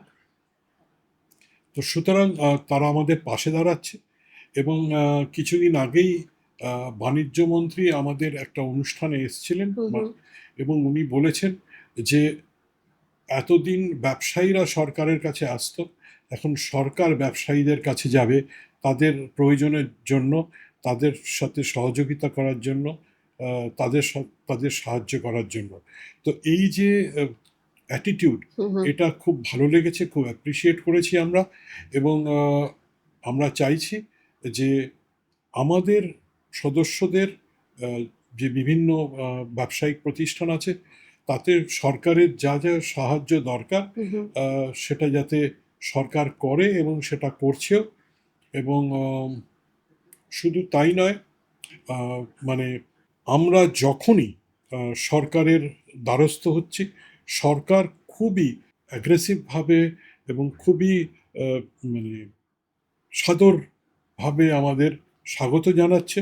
আহ, যেটা আগে মানে যেহেতু বেঙ্গল বিজনেস কাউন্সিল শুরু হয়েছে বেশ কয়েক বছর আগে, বিগত সরকারের সময়েও আপনারা কাজ করেছেন এবং এখন কিছুদিন হলো এই পরিবর্তন এবং এখনো কাজ করছেন, কিন্তু সেই পরিবর্তনটা খুব চোখে পড়ছে এবং পরিবর্তনটা অনেক এগিয়ে নিয়ে কথাটা হচ্ছে যাচ্ছে। এক একজনের এক এক রকম স্টাইল অফ ডুইং ওয়ার্ক থাকে। তো বিগত সরকারের একটা অন্যরকম স্টাইল ছিল, হুম। হয়তো সেটা কিন্তু আমাদের তখন তো খুব আমাদের বেশি হয়তো বাইরের অনেকের শিল্প ভালো আসেনি লাগেনি, এখানে। হ্যাঁ। ভালো লাগেনি। হুম এখনকার সরকারের যে স্টাইলে ব্যবসাকে আহ, এগিয়ে নিয়ে যেতে চাইছে, সেটা আমাদের কাছে খুবই ইতিবাচক মনে হচ্ছে, খুবই আমাদের ভালো লাগছে, এবং সেই জন্য আমরা সবাই খুব খুশি। তো রাইট। কথাটা হচ্ছে যে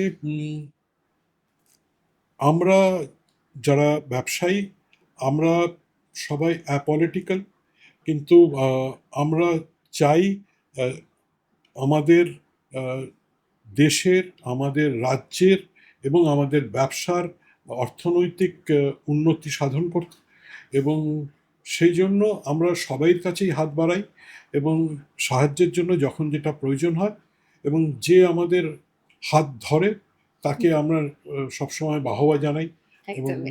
তাকে আমরা অ্যাপ্রিসিয়েট করি। এবং রাইট। সেটাই আমরা করছি, যে এই সরকার আমাদের পাশে দাঁড়াচ্ছে। এবং ওই যে বললাম যে যখন যার দ্বারস্থ হচ্ছে সঙ্গে সঙ্গে সে দ্বার খুলে দিচ্ছে, এবং উইথ এক্সটেন্ডেড আর্মস, মানে তারা আমাদের আলিঙ্গন করছে। রাইট। আচ্ছা, আপনি কি মনে করেন এখনো বাঙালিরা ব্যবসার ঝুঁকি নিতে কিছুটা পিছিয়ে থাকে, না সময় পরিবর্তন হয়েছে তারা এখন ঝুঁকি নিতে চায় এবং ঝুঁকি নেয়? কথাটা হচ্ছে ওই যে কেন ঝুঁকি নিতে বাঙালিরা আহ, ভয় পেত, হুম। কেন ব্যবসা বিমুখ ছিল। হুম। আহ, এখন সেই মানসিকতার পরিবর্তন কেন আসছে, হুম। তার কারণ হচ্ছে আগে ব্যবসা করাটা না বেশ কঠিন ছিল। আচ্ছা। এখন ইজ অফ ডুইং বিজনেসটা অনেক বেশি হচ্ছে, এবং ব্যবসা করাটা সহজ হচ্ছে। কারণ সর্বক্ষেত্রে, আহ, সে ব্যাংক হোক, সে বিভিন্ন ফাইন্যান্সিয়াল ইনস্টিটিউশন হোক, এবং সর্বোপরি গভর্নমেন্ট খুবই, আহ, কি বলবো, দু পা এগোলে সরকার 10 পা এগিয়ে আসছে। বাহ। তো সরকার খুবই প্রোগ্রেসিভ, এবং সরকার, সেটা কেন্দ্রীয় সরকার হোক, রাজ্য সরকার হোক, খুবই আহ, মানে আমাদের জন্য প্রোঅ্যাক্টিভ, সেলফ ড্রিভেন। এবং সেই কারণে কি তাহলে বাঙালিরা এখন আরো বেশি করে ব্যবসার দিকে ঝুঁকছে? একদম তাই। সেই জন্য যখন দেখছে ব্যবসা করাটা সোজা, আহ, দিনে দিনে সোজা আরও হচ্ছে, এবং ব্যবসা বাণিজ্যে বসতে লক্ষ্মী, এই ব্যাপারটা যখন তারা রিয়েলাইজ করছে, এবং সেই জন্যই এই বেঙ্গল বিজনেস কাউন্সিলের প্রয়োজন ছিল, যে আপামর বাঙালিকে বোঝানো, যে যেটা আমাদের আচার্য প্রফুল্লচন্দ্র রায় শিখিয়ে গেছেন, যে বাঙালিকে ব্যবসা করতে হবে। বাঙালি যত ব্যবসা করবে তত কর্মসংস্থান হবে, এবং যত ব্যবসা করবে তত বাঙালি জাতির আর্থিক প্রগতি হবে। ঠিক। তো এবং আহ, আমাদের যেটা এখন সুবিধা হচ্ছে, যে প্রগতির সাথী হয়ে গেছে সরকার। মানে রাস্তাটা অনেক মসৃণ হয়ে গেছে এখন। হ্যাঁ। আচ্ছা সুব্রতদা, বাঙালি উদ্যোক্তাদের সম্পর্কে বহু মানুষের অনেক ভুল ধারণা থাকে। আপনার কি মনে হয় যে সবচেয়ে ভুল ধারণাটা কি রয়েছে বাঙালি উদ্যোক্তাদের সম্পর্কে?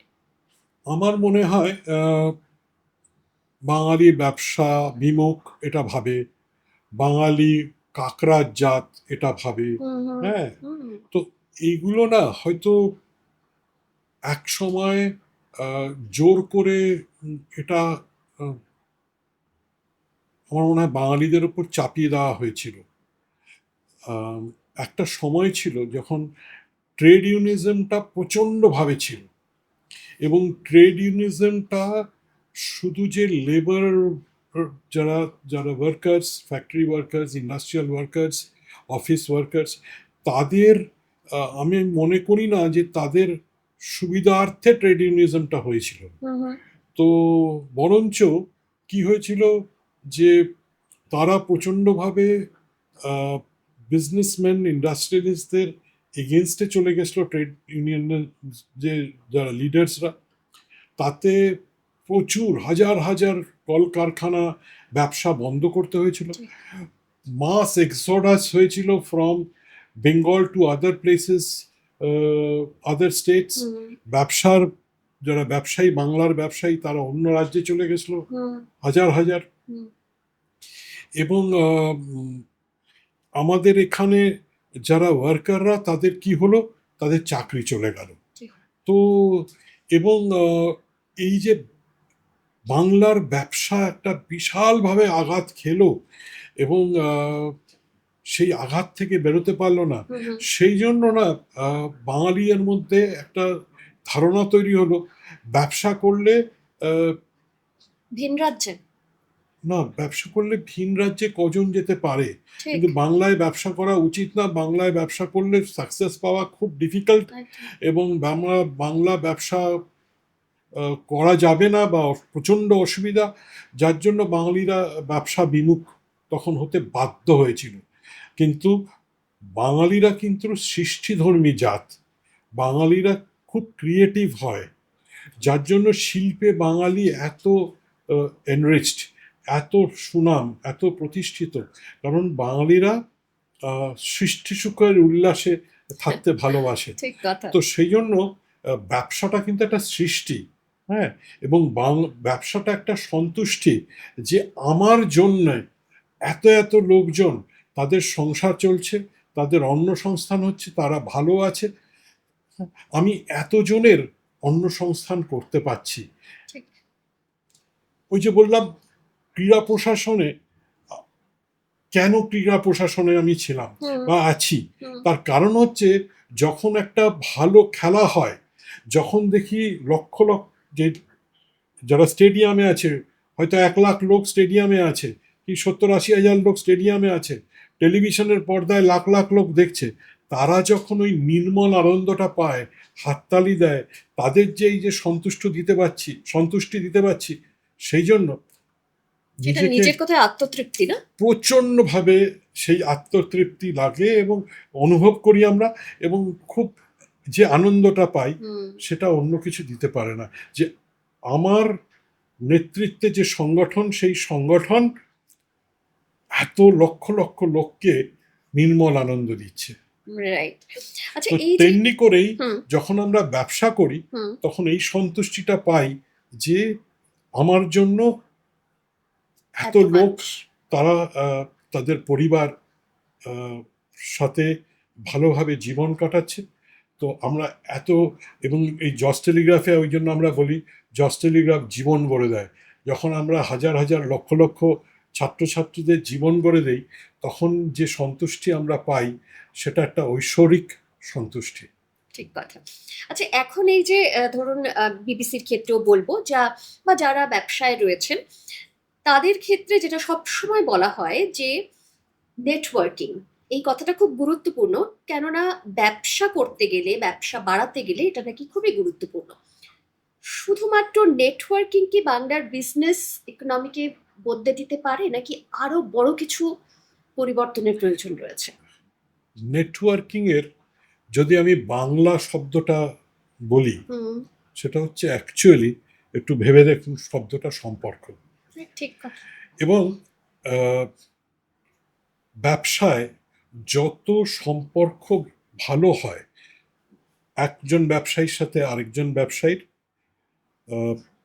ভেন্ডারের সাথে যে বায়ার, তার মানে সাপ্লায়ারের সাথে বায়ারের সম্পর্ক, আহ, যারা কলিগস, যারা সেই ব্যবসায়িক পরিবারে আছে, যারা যারা ওখানে কর্মরত, হুম, প্রত্যেকের সাথে প্রত্যেকের সম্পর্ক, মালিকের সাথে যারা সেই মালিককে সাহায্য করার জন্য যারা যারা কর্মরত, তাদের সাথে যে সম্পর্ক যত দৃঢ় হবে, যত মজবুত হবে, তত সহযোগিতা বাড়বে, যত সহযোগিতা বাড়বে তত কোঅর্ডিনেশন বাড়বে, এবং যত এই কোঅপারেশন অ্যান্ড কোঅর্ডিনেশন বাড়বে, তারা কিন্তু আহ, তত সেই ব্যবসাটাকে গ্রো করাবার জন্য তারা তত বেশি প্রোঅ্যাক্টিভ হবে, তত বেশি সেলফ ড্রিভেন হবে। প্রত্যেকের মধ্যে শক্তি আছে, প্রত্যেকের শক্তি যখন সমষ্টিগত শক্তি হবে, সার্বিক শক্তি হবে, সেই সংস্থাটা একটা বিশাল শক্তিশালী সংস্থা হবে। রাইট। এবং সুতরাং নেটওয়ার্কিংটা এক ব্যবসায়ীর সাথে আরেক ব্যবসায়ী শুধু নয়, নেটওয়ার্কিংটা এমপ্লয়ার সাথে, যারা তার এমপ্লয়ারের কলিগস, যারা তার সাথে কাজ করছে, হাতে হাত মিলিয়ে কাঁধে কাঁধ মিলিয়ে, প্রত্যেকের সাথে যে সম্পর্ক, সেটাকেও মিন করে। একজন, যারা যারা কর্মরত, একজনের সাথে আরেকজনের সম্পর্ক কতটা ভালো, তার উপরে নির্ভর করে। সুতরাং, এবং পারিবারিক সুখ শান্তি, সেটাও নির্ভর করে সম্পর্কের ওপর। রাইট। হ্যাঁ, এবং ব্যবসায়িক অগ্রগতি, উন্নতি, সেটাও নির্ভর করে সম্পর্কের ওপর। এবং যত আমরা ওই যে বললাম নিজেদের মধ্যে ব্যবসা করেছি 3,000 কোটি টাকা, প্রায় 2.5-3 হাজার কোটি টাকার মতো এই 4-5 বছরে। শুধু তাই নয়, একটা উদাহরণ দিই, আবার নিজের উদাহরণ দিয়েই আমি বোঝাচ্ছি যে জস টেলিগ্রাফে একটা সময় ছিল, হয়তো ব্যাপারটা শুনতে অতটা ভালো লাগবে না, হুম কিন্তু যেটা ফ্যাক্ট সেটা বলছি, যে একটা সময় ছিল যে যারা ভেন্ডার্স, যারা জজ টেলিগ্রাফে বিভিন্ন গুডস অ্যান্ড সার্ভিস সাপ্লাই হুম করছে, যারা দিচ্ছে, তাদের 70% ছিল অবাঙালি, আচ্ছা 30% ছিল বাঙালি। ওকে এখন ওটা উল্টে গেছে, এখন 70% বাঙালি, এবং তারা সবাই এই বিবিসির সদস্য, এবং 30% অবাঙালি। ওই যে নেটওয়ার্কিং সম্পর্ক। হ্যাঁ, কারণ এই 70% সাথে সম্পর্ক হয়েছে, এরা আমাদের ভালো জিনিসটা কম দামে বা ন্যায্য দামে ভালোভাবে ভালো সার্ভিস দিয়ে দিচ্ছে, যার জন্য কি হচ্ছে, ওদের যে ওরা লাভবান হচ্ছে, জজ টেলিগ্রাফও লাভবান হচ্ছে, কারণ আমরা ভালো জিনিস, ভালো সার্ভিস পাচ্ছি, ন্যায্য দামে পাচ্ছি, হুম হুম ভালোভাবে পাচ্ছি, এবং যখন যেটা দরকার সেটা তখন পাচ্ছি, কারণ তো ওদের সাথে সম্পর্ক।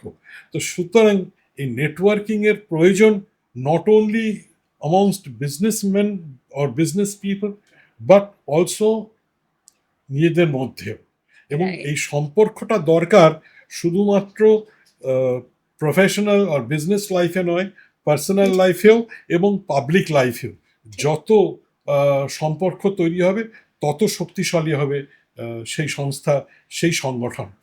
রাইট আচ্ছা প্রতিষ্ঠিত বাঙালি ব্যবসায়িক প্রতিষ্ঠানগুলোর যারা তরুণ উদ্যোক্তা রয়েছেন বা স্টার্ট আপ রয়েছেন, যে সমস্ত যারা রয়েছেন, তাদের প্রতি কি দায়িত্ব থাকা উচিত বলে আপনি মনে করেন?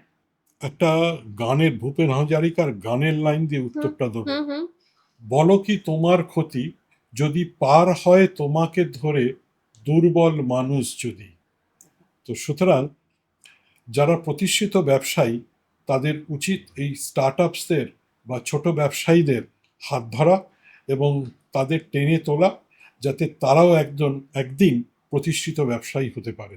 এবং বেঙ্গল বিজনেস কাউন্সিল বা বিবিসি সেই দায়িত্বটা বোধহয় খুব সুন্দর করে পালন করছে। প্রচণ্ড ভালোভাবে করছে, এবং আমার এই যে বেঙ্গল বিজনেস কাউন্সিলের সাথে ওতপ্রোতভাবে নিজেকে জড়িয়ে রাখা, এবং নিজেকে যে নিয়োজিত করেছি, সময় দিচ্ছি, এনার্জি দিচ্ছি, তার কারণ প্রচুর ছোট ব্যবসায়ী তারা আমার কাছে আসে, এবং আমি আমার ক্যারিয়ারেও বহু বছর ধরে মেন্টরিং করে চলেছি, এবং বিভিন্ন ব্যবসায়ীদের আমি মেন্টরিং করেছি, যারা এখন বিশাল প্রতিষ্ঠিত, তারা সারা পৃথিবীতে ব্যবসা করছে, বিশাল বড়ভাবে ব্যবসা করছে, এবং প্রচুর সফল ব্যবসায়ীদের আমি মেন্টরিং করেছি, এবং সেটা একটা বিশাল সন্তুষ্টি দেয়। তারা যখন গিয়ে বলে কোথাও যে আজকে সুব্রত দত্তর জন্য আমি এই জায়গায় পৌঁছতে পেরেছি, মানে সেই আনন্দ ভাষায় প্রকাশ করা যায় না। এবং আমি জানি যে সেটা আমাকে গর্বিত করে, কিন্তু অ্যাট দ্য সেম টাইম আমাকে হাম্বল করে, কারণ আমি আমি নিমিত্ত মাত্র। ঈশ্বরই সব কিছু করিয়েছে, আশীর্বাদ করেছে, সুযোগ দিয়েছে, তারা বড় হয়েছে। আমি হয়তো তাদের কিছুদিন আমার যতটুকু আছে তাদেরকে উজাড় করে দিয়েছি, যাতে তারা জীবনে প্রতিষ্ঠা পায়। সেটাও আমার একটা জীবনের কর্তব্য বলে মনে করেছি, এবং তারাও আমাকে বিভিন্ন ক্ষেত্রে বিভিন্নভাবে যখন প্রয়োজন আমার পাশে দাঁড়িয়েছে। এবং এটাও আবার একটা সম্পর্ক তৈরি। এবং এখানে ছোট্ট করে একটা কথা মেনশন করি, সুব্রতদার সঙ্গে আমার আলাপ কিন্তু খুব বেশি দিন নয়, খুব কম দিনের। তবে যখন যতটুকু সাহায্য, গাইডেন্স যা চেয়েছি এখনো অবধি, মানে উইদিন ফিউ মিনিটস, খুব ব্যস্ত থাকলে ঘন্টাখানেকের মধ্যে সেই গাইডেন্সটা, সেই সাহায্যটা অলওয়েজ পেয়েছি। মানে এটা না মেনশন করলে হতোই না, বিকজ এত কম সময়ের পরিচিতি, তা সত্ত্বেও সমস্ত গাইডেন্স আমি সবসময় আপনার কাছ থেকে পেয়েছি। এটা করতে হবে, কিভাবে করবো, আচ্ছা এভাবে করে করো, এটা এইভাবে করো, আচ্ছা আছি, মানে এই যে আছি বা এইভাবে তুমি করো হবে, এটা না অনেক, মানে খুব একটা হ্যাঁ, পজিটিভ একটা হতাশ দিক হতে তো। নেই, ছেড়ে দিতে নেই, নেভার গিভ আপ। হেরে যাও তখন তুমি, যদি তুমি সেই যুদ্ধ থেকে বেরিয়ে আসো। তুমি মার খেতে পারো, কিন্তু যত ইচ্ছে মার খাও, কিন্তু তুমি যদি সেই যুদ্ধক্ষেত্রে মার খেয়ে থেকে যাও, দেখবে একদিন তুমি জয়ী হবে। তুমি যদি গিভ আপ করে দাও, তুমি যদি সারেন্ডার করে যাও, তাহলে তো তুমি হারটা স্বীকার করে নিলে এবং হেরে গেলে। ঠিক। কিন্তু যতক্ষণ তুমি মার খাচ্ছ কিন্তু যুদ্ধক্ষেত্র থেকে যাচ্ছ না, ততক্ষণ কিন্তু যুদ্ধ শেষ হয়নি, একদম তখনও তুমি কিন্তু হেরে যাওনি। ঠিক। এবং এই মার খেতে খেতেই একদিন হঠাৎ দেখবে তুমি মার দিতেও শিখে গেছো এবং তুমি যুদ্ধে জয়ী হয়েছো। জয় হয়েছে। আচ্ছা, আপনার কি মনে হয় কলকাতা আবার একটি বড় বিজনেস হাব হিসেবে প্রতিষ্ঠিত হতে পারবে? বেঙ্গল বিজনেস কাউন্সিল, বঙ্গীয় বাণিজ্য পর্ষদের সেটাই লক্ষ্য, সেটাই উদ্দেশ্য, আহ, সেটাই দর্শন, যে আহ, আমরা সবাই মিলে একটা বিশাল শক্তি, এবং আমরা সবাই মিলে সেই শক্তি প্রয়োগ করে আহ, শুধু কলকাতা নয়, হুম। পশ্চিমবঙ্গকে, আমাদের বাংলাকে আমরা সারা পৃথিবীতে একটা বিজনেস হাব হিসেবে প্রতিষ্ঠিত করব, এবং আমরা বাঙালিরা নিজেদের প্রতিষ্ঠিত করব একটা বিজনেস কমিউনিটি হিসেবে, যেখানে অন্যান্য বিজনেস কমিউনিটির সাথে আহ, আমাদের বাঙালিদের নামও সমচ্চারিত হবে। ঠিক কথা। আচ্ছা, আগামী প্রজন্মে যারা বাঙালি উদ্যোক্তাদের মধ্যে সব থেকে বেশি কোন গুণগুলো থাকা জরুরি বলে আপনি মনে করেন? একটা হচ্ছে যে ঐকান্তিক ইচ্ছাশক্তিটা দরকার। হুম হুম। এটা যদি না থাকে, মানে আমার যদি উইলিংনেসটাই না থাকে, আমার যদি ইচ্ছেটাই না থাকে, যদি ওই ঐকান্তিক ইচ্ছা শক্তিটাই আমি প্রয়োগ না করি, তাহলে আমার মধ্যে সেই পরিশ্রম করার আর্টটাই মানসিকতাটা আসবে না। ঠিক। তো সুতরাং ওই কঠিন পরিশ্রম করতেই হবে, হুম এবং একটা পজিটিভ অ্যাটিটিউড সবসময় থাকা দরকার। হুম। আহ, কোনো কিছু নেগেটিভ ভাবতে নেই, হ্যাঁ, কখনো নেগেটিভ চিন্তাধারা নিজের মধ্যে আনতে নেই, এবং কখনো কোনো সমস্যা এলে সমস্যার থেকেও তার সমাধানটা বেশি করে ভাবতে হয়। হ্যাঁ, সমস্যায় জর্জরিত হতে নেই, সমস্যা জর্জরিত না হয়ে আহ, সমাধান নিয়ে চিন্তিত হতে হয় যতটা পারা যায়, এবং সমাধান বেরোয়। কারণ আমি মনে করি প্রত্যেকটা সমস্যা দুটো কিংবা তার অধিক সমাধান নিয়ে আসে, এবং সেই সমাধান করলে সমস্যাটা চলে যায় এবং অগ্রগতিটা ত্বরান্বিত হয়। আর শুধু তাই নয়, আহ, বিভিন্ন যে সুযোগগুলো আসে জীবনে, যেগুলো ঈশ্বরের আশীর্বাদ, সেগুলোকে সদ্ব্যবহার করতে হয়। আর যেটা বললাম, ব্যবসাটা উম, একটা সাধনা হিসেবে দেখতে হয়। ব্যবসা ইয়ার্কি মেরে ব্যবসা হয় না, হ্যাঁ। তো ব্যবসাটা কখনো আই অলসো ডু বিজনেস এরম হয় না। হুম হুম। তো ব্যবসাটা সব কিছু ছেড়ে সাধনা করতে হয়, এবং খুব পবিত্র কাজ। কারণ এত এত মানুষের সেবা করাটা ব্যবসা। তো কিন্তু সুব্রতদা, এখানে একটা প্রশ্ন যে বহু মানুষ চেষ্টা করেন, বিশেষ করে তরুণ প্রজন্মরা, তারা জিজ্ঞেস করতেই পারেন যে তারা ব্যবসা করতে চাইছেন, তারা হয়তো কোনো একটা নতুন ব্যবসা শুরু করেছেন, কিন্তু মানুষের জীবনে তো ফেলিয়ার আসেই। এরকম নয় যে যে যে কাজে হাত দিয়েছেন সেটাতেই সফল হবেন, হতে পারে সেই কাজটায় সে ব্যর্থ হয়েছেন, সে আরেকটা কাজে হাত দিয়েছেন। অনেক মানুষ এই ফেলিয়ারের জায়গাটা নিজেকে সামলাতে পারেন না বা নিজেকে সেই সময় ঠিক রাখতে পারেন না, তাদের জন্য কি বলবেন? ফেলিয়ার নিয়ে ভাবতে নেই, ভাবতে হয় ফেলিয়ারটা কি লেসন দিল আমাকে, কি শিক্ষা দিল। সেই শিক্ষাটাতে শিক্ষিত হতে হয়। হয়ে হলে কি হয়, সেই ফেলিয়ারটা আর আসে না। কারণ নাও আই নো যে ওয়াই আই ফেলড, অ্যান্ড আমি সেকেন্ড টাইম আর ওটা করবো না। না, কি করলে আমি ফেলটা করব না। তো সুতরাং ফেলিয়ারের কাছ থেকে শিক্ষা নিতে হয়, নিয়ে এগিয়ে যেতে হয়। কেউ নেই যার সারা জীবন শুধু সাকসেসই সাকসেস। আচ্ছা, আপনার জীবনে কখনো ফেলিয়ার এসছে? বহুবার ফেলিয়ার এসছে, অনেক সংস্থা তৈরি করেছি, যেটা চলেনি, ভালো হয়নি, বন্ধ করে দিতে হয়েছে। হুম হুম। হ্যাঁ, অনেক সংস্থা ফেল করতে করতে সাকসেস পেয়েছে, অনেক সংস্থা সাকসেস পাওয়ার পর ফেল করেছে, আবার লড়াই করে করে তাকে সাকসেস করতে হয়েছে। তো ফেলিয়ার তো আসেই। তো একটা কথা আছে না, failures are the pillars of success. তো সুতরাং ফেলিয়ারের থেকেই তো আমরা শিখি, কত কিছু শিখি, এবং অনেক সময় অনেক ম্যানেজমেন্টের বই পড়তে গিয়ে দেখেছি যে আরে আমি যে কাজটা করেছি, যেটা আমার প্র্যাকটিক্যালি শিখেছি, আহ, সেগুলোই বইতে লেখা আছে। হুম হ্যাঁ, সেগুলোই অথর বলছে, হুম হুম লিখছে। তো সেই জন্য বলছি যে ফেলিয়ারটা এন্ড অফ লাইফ নয়, ফেলিয়ারটা শেষ কথা নয়। ফেলিয়ার আসবে, সেগুলো পরীক্ষা হিসেবে ধরে নিতে হবে, ঠিক আছে? এবং পরবর্তী পরীক্ষায় পাশ করতে হবে। তার জন্য যতটা লড়াই করার দরকার, লড়াইয়ের মাত্রাটা বাড়িয়ে দিতে হবে। হ্যাঁ, তো মানে ওই লড়াই করে জিততে হবে। হ্যাঁ, একদমই। আচ্ছা, আগামী 10 বছরে বাংলার অর্থনীতি ও কর্মসংস্থানে কোন কোন সেক্টর সবচেয়ে বড় ভূমিকা নিতে পারে বলে আপনি মনে করেন? মানে ইকোনমিক্যালি কোন কোন সেক্টর রাইট। বাংলায় গ্রো করবে, ইকোনমিক্যালি এবং কর্মসংস্থানও দেবে।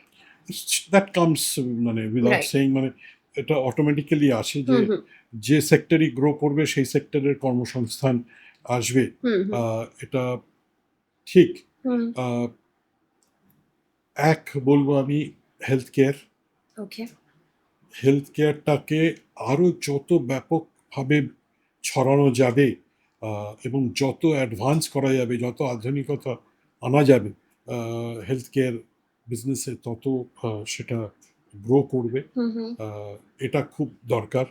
আমাদের এখানে যত লার্জ ইন্ডাস্ট্রিজ তৈরি হবে, হুম আমরা এমএসএমইতে মানে খুব নাম আমাদের বাংলার, হুম। এবং প্রচুর এমএসএমই, কিন্তু আহ, আমার মনে হয় লার্জ স্কেল সেক্টরেও আমাদের ভালো করতে হবে। ওকে। আম, আমাদের ম্যানুফ্যাকচারিং ইন্ডাস্ট্রিজ অনেক বাড়াতে হবে, তাতে কর্মসংস্থানও হবে, এবং তার স্কোপ এখানে আছে। এখানে যদি সরকার প্রোঅ্যাক্টিভ হয়, সরকার যদি হেল্পফুল হয়, হুম হুম এবং কথাটা হচ্ছে যেরকম, আম, আমি মনে করি একজন ব্যবসায়ীকে বিভিন্ন ডিপার্টমেন্টে যেতে হয়, আহ, গিয়ে তার কাজগুলো করাতে হয়। যদি ইন্ডাস্ট্রি ডেভেলপমেন্টের জন্য হুম। আহ, সরকারের তরফ থেকে একটা কোনো ওয়ান উইন্ডো সলিউশন দেয়, রাইট। যেখানে সরকার নিজে কোঅর্ডিনেশনগুলো আহ, করে দেবে, এবং ওয়ান উইন্ডো সলিউশন যদি পাওয়া যায় তাহলে অনেক সহজ হয়। এবং আমরা খুব বলি, বিগত কয়েক বছর ধরেই বলে চলেছি এবং শুনেও চলেছি, ইজ অফ ডুইং বিজনেস। হুম হুম। ঠিক আছে? তো ইজ অফ ডুইং বিজনেস কি শুধু কথার কথা? ইজ অফ ডুইং বিজনেসের জন্য কি করা হচ্ছে, হ্যাঁ, সেটাও বুঝতে হবে। এবং আমি মনে করি ইজ অফ ডুইং বিজনেসের একটা টাস্ক ফোর্স তৈরি করা উচিত সরকারের, এবং সেখানে বিভিন্ন সেক্টর থেকে যারা পারদর্শী তাদের নেওয়া উচিত। এবং সেই ইজ অফ ডুইং বিজনেসের একটা 5 জনের 7 জনের একটা টাস্ক ফোর্স তৈরি করা হলো, আচ্ছা। এবং তারা ইমপ্লিমেন্ট করবে বিভিন্ন যেগুলো ব্যবসায়ীদের লাগে, ঠিক। যেরকম বিভিন্ন অ্যাপ্রুভালস, লাইসেন্সিং, ওকে, একদম। ল্যান্ড, ইনফ্রাস্ট্রাকচার, ওকে, পরিকাঠামো, skilled workers, advanced technology, right. এই যে বিভিন্ন জিনিস একটা ব্যবসায়ীদের যে লাগে, তার সলিউশনস দেবে এই টাস্ক ফোর্স। সেই ইজ অফ ডুইং বিজনেসটা দরকার। তো কেউ হয়তো বড় ব্যবসায়ী এখানে ভালো প্রোডাক্টস ম্যানুফ্যাকচারিং করে, তাকে হ্যান্ডহোল্ড করা, তাকে বোঝানো, তার পাশে গিয়ে বোঝানো যে ইউ ক্যান এক্সপোর্ট, তাকে শেখানো how to export, right. Wire two export. এটা নিয়ে বিবিসি কিছু ভাবছে? আগামী দিনে সরকারের সঙ্গে কথা বলবে? অলরেডি আমরা এই বিষয়ে ওকে। কমার্স অ্যান্ড ইন্ডাস্ট্রি মিনিস্টারের সাথে কথা বলেছি, ওকে। শ্রী তাপস রায়ের সাথে কথা বলেছি এটা নিয়ে। আচ্ছা। তো তো সেই জন্য বলছি যে অপরচুনিটি, স্কোপ প্রচুর আছে এখানে। এখানে সম্ভাবনা প্রচুর, পসিবিলিটিস প্রচুর।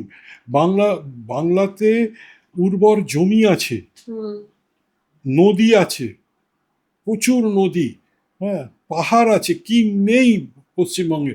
শুধু ট্যুরিস্ট অ্যাট্রাকশন নয়, মানে আমি বলছি যে ভালো ইন্ডাস্ট্রি করার জন্য যা যা দরকার সব আছে, তাতে যদি আমরা সরকারকে পাশে পাই তাহলে তো সোনায় সোহাগা। এবং তাহলে ইন্ডাস্ট্রিয়ালিস্টরা তারা এনকারেজড হবে, শুধু এখানকার নয়, অন্যান্য রাজ্যের, অন্যান্য দেশের, তারা এনকারেজড হবে এখানে ইন্ডাস্ট্রি করার জন্য। এবং শুধু তাই নয়, যারা আমরা এখানকার ব্যবসায়ী, বাংলার ব্যবসায়ী, এবং আমরা যদিও বঙ্গীয় বাণিজ্য পরিষদে আমরা সবাই বাঙালি, কিন্তু ব্যক্তিগতভাবে হয়তো বাঙালিদের এক জায়গায় আসার, যেরকম জৈনদের একটা জিতো বলে একটা সংস্থা, যেরকম বিভিন্ন কমিউনিটির সংস্থা আছে, সেরকমভাবে বঙ্গীয় বাণিজ্য পরিষদেরও বাঙালিদেরই এটা সংস্থা। কিন্তু আমি মনে করি যে বাংলায় যারা বসবাস করছে, যারা হয়তো সারনেমে অবাঙালি, যারা, যাদের হয়তো পূর্বপুরুষ অবাঙালি বলে তারা অবাঙালি, কিন্তু বাংলায় বসবাস করছে বলে তারা বাঙালি বলেই তাদের গণ্য করা উচিত। কারণ তারা হয়তো শয়ে শয়ে বছর ধরে বাংলায় আছে, 3 প্রজন্ম, 4 প্রজন্ম, 5 প্রজন্ম ধরে তারা হয়তো বাংলায় আছে, কিন্তু তারা অবাঙালি, তাদেরও আমি বাঙালি মনে করছি। এই সবাই আমরা চেষ্টা করব বাংলায় বাণিজ্যকে, বাংলার শিল্পকে ভালোভাবে, মজবুতভাবে গড়ে তোলার, শক্তিশালী করা, এবং যাতে Bengal regains its pristine glory in business and industry once again. Right.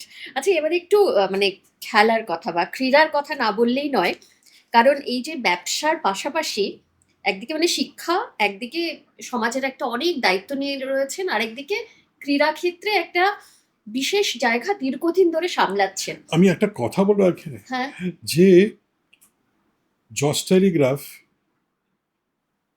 শিক্ষা ও ক্রীড়া ক্ষেত্রে ইতিহাস সৃষ্টি করে চলেছে সেই 1920 সাল থেকে, মানে 106 বছর ধরে শিক্ষা ও ক্রীড়া ক্ষেত্রে ইতিহাস সৃষ্টি করে চলেছে জজ টেলিগ্রাফ।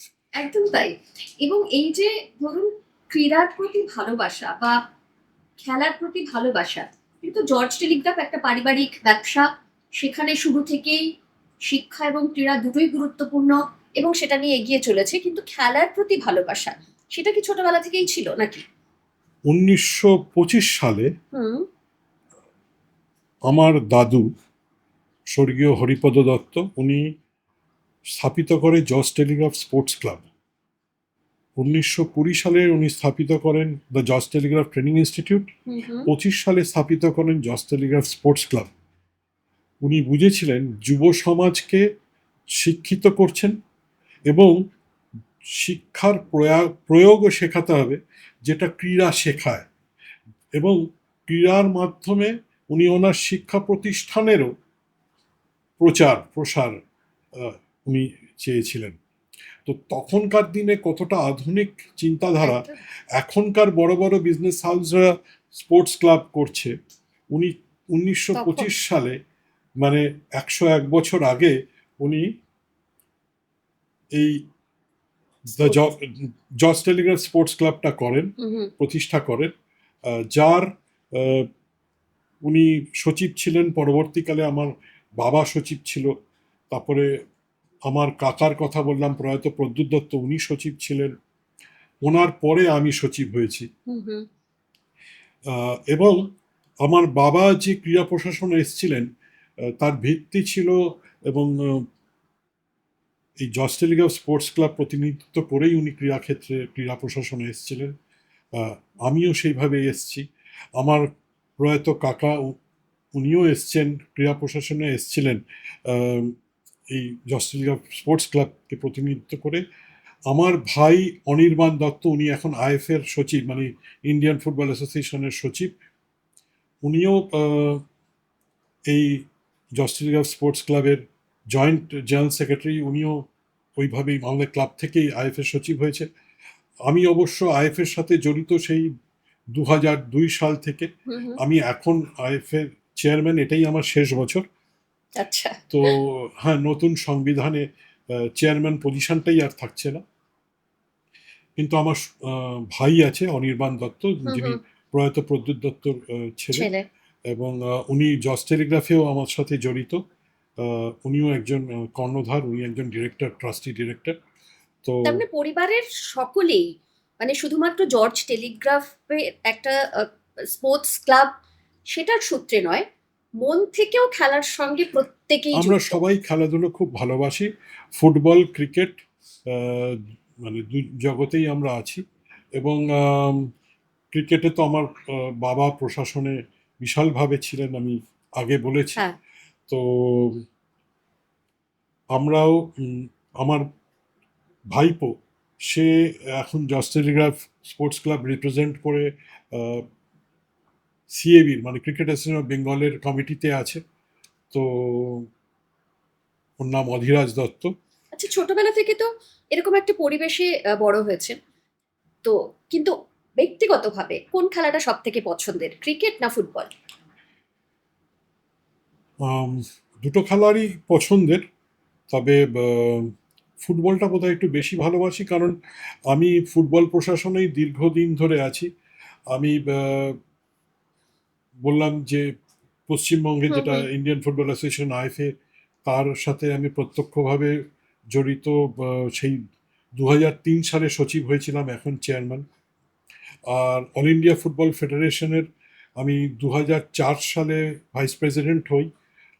পরবর্তীকালে 2008 সাল থেকে আমি সিনিয়র ভাইস প্রেসিডেন্ট হই, এবং 2022 অব্দি senior vice president all India football federation. কিন্তু ব্যক্তিগতভাবে ফুটবলটা একটু বেশি কাছে। একটু বেশি কাছে, কারণ আমরা না ফুটবল নিয়ে আর্গিউ করি, ক্রিকেট নিয়ে ডিসকাস করি। ও, এটা হ্যাঁ, তো ভালো একটা কারণ। হ্যাঁ, কারণ ফুটবলটা অনেক দ্রুত গতিতে হয়, হুম এবং তার উত্তেজনা অনেক বেশি, হুম তার নির্মল আনন্দ অনেক বেশি। হুম এবং it's a fast game, body contact game. 211টা দেশ ফুটবল খেলে, হুম। ক্রিকেট বোধহয় 11টা দেশ খেলে। তো সুতরাং অনেক পার্থক্য আছে। তবে হ্যাঁ, ক্রিকেটের বাণিজ্যকরণ হয়েছে বিশালভাবে, কমার্শিয়ালাইজেশন হয়েছে। ক্রিকেটে প্রচুর অর্থ, এবং ভারতবর্ষ ক্রিকেট খেলে খুব ভালো, বিশ্বকাপ জয় করে। এবং ভারতবর্ষের মানে ইন্টারন্যাশনাল ক্রিকেটে মানে অগ্রগণী দেশের মধ্যে একটা দেশ, এবং ইন্টারন্যাশনাল সাকসেস প্রচুর, যেটা ফুটবলে ভারতবর্ষ আহ, আন্তর্জাতিক ক্ষেত্রে কিছুই না, কোনো নামই নেই সেক্ষেত্রে। তো সেই জন্য ক্রিকেটেরও গুরুত্ব আছে, ঠিক আর কথা। ফুটবলও আছে। তো একদম। আমি বলবো একটা আমাদের হৃদয়, ফুটবলটা হৃদয়, আর ক্রিকেটটা ফুসফুস। আচ্ছা, কিন্তু ভারত বলুন, রাজ্যে বলুন, প্রতিভার তো অভাব নেই, মানে খেলোয়াড়দের কথা বলছি আমি, কিন্তু খুব কম খেলোয়াড়েরা রয়েছেন যারা আন্তর্জাতিক স্তরে পৌঁছতে পারেন ভারতের ক্ষেত্রে, এবং আমি ফুটবলের কথা বলছি, এবং রাজ্যের ক্ষেত্রে তো বটেই। আমরা কোথায় ভুল করছি, মানে কোথায় এই গ্যাপটা কোথায়? যেরকম বললাম যে ইজ অফ ডুইং বিজনেসটা আমরা শুধু শুনি, হুম। আহ, প্রয়োগ করি না, ঠিক। যে বা সেইভাবে করছি না। হুম যখন করব তখন ব্যবসা করাটা অনেক সহজ হবে, এবং হুম ব্যবসা অনেকে আকর্ষিত হবে। তেমনিভাবেই আমরা একটা কথা শুনে আসি ছোটবেলা থেকে, হয়তো আপনিও শুনেছেন, ক্যাচ দেম ইয়াং। হুম হ্যাঁ, হুম। কিন্তু ক্যাচ দেম ইয়াংটা কোনো দীর্ঘমেয়াদী পরিকল্পনা কখনো হয়নি। হ্যাঁ, তো আর যদিও বা হয়েছে, সেটা অচিরেই পরি হয়ে উড়ে গেছে, আর কল্পনা থেকে গেছে। হ্যাঁ, পরিকল্পনাটা বাস্তবায়িত হয়নি সেইভাবে, একদম। হ্যাঁ, দীর্ঘমেয়াদীভাবে। হুম হুম তো সুতরাং এমন একটা পরিকল্পনা চাই, হুম যেখানে একদম 6-7 বছরের ছেলেদের, মেয়েদের আলাদা করে, কারণ এখন ছেলেদেরও ফুটবল, মেয়েদের ফুটবলে যথেষ্ট গুরুত্ব। এক সময় মেয়েদের ফুটবল বিশ্বকাপ খেলার কাছাকাছি চলে এসেছিল ভারতবর্ষে। আহ, ছেলেদের ফুটবলে কখনো এগোয়, কখনো পিছোয়। 2022 সালে আমরা 100-র মধ্যে ছিলাম, তারপরে আবার পিছিয়ে গেছি। তো একদম বিজ্ঞানসম্মতভাবে ছেলেদের মেয়েদের আলাদা করে বেছে নিতে হবে।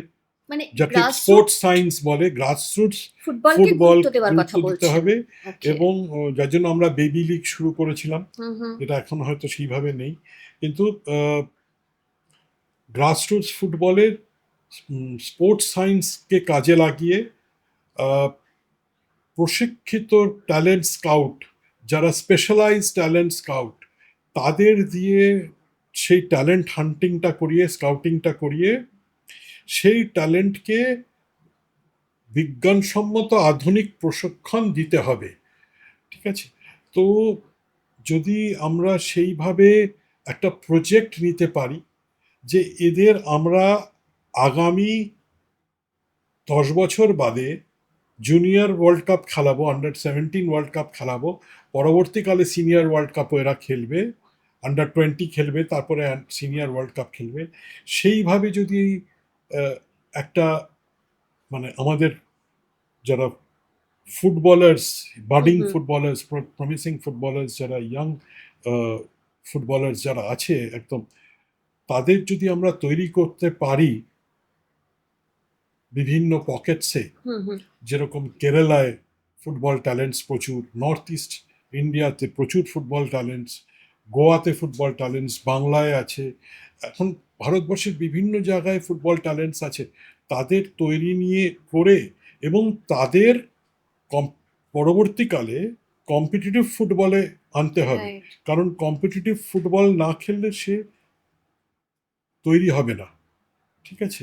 আহ, তার মানে পরিকাঠামোগত দিক থেকেও বেশ খানিকটা এবং পরিবর্তনের এখানে প্রয়োজনীয়তা রয়েছে। এখানে ক্লাবদেরও, কারণ হুম ফুটবলটা সারা পৃথিবীতে ক্লাব বেসড, ঠিক। ক্লাবদেরও এগিয়ে আসতে হবে। ক্লাবদেরও গ্রাসরুট ফুটবল ডেভেলপমেন্ট করতে হবে, ইউথ ফুটবল ডেভেলপমেন্ট করতে হবে, সেই অ্যাকাডেমিসগুলো করতে হবে, করে আহ, সেখান থেকে ফুটবলার তুলে, হোমগ্রোন ফুটবলার তুলে সিনিয়র টিমে আনতে হবে।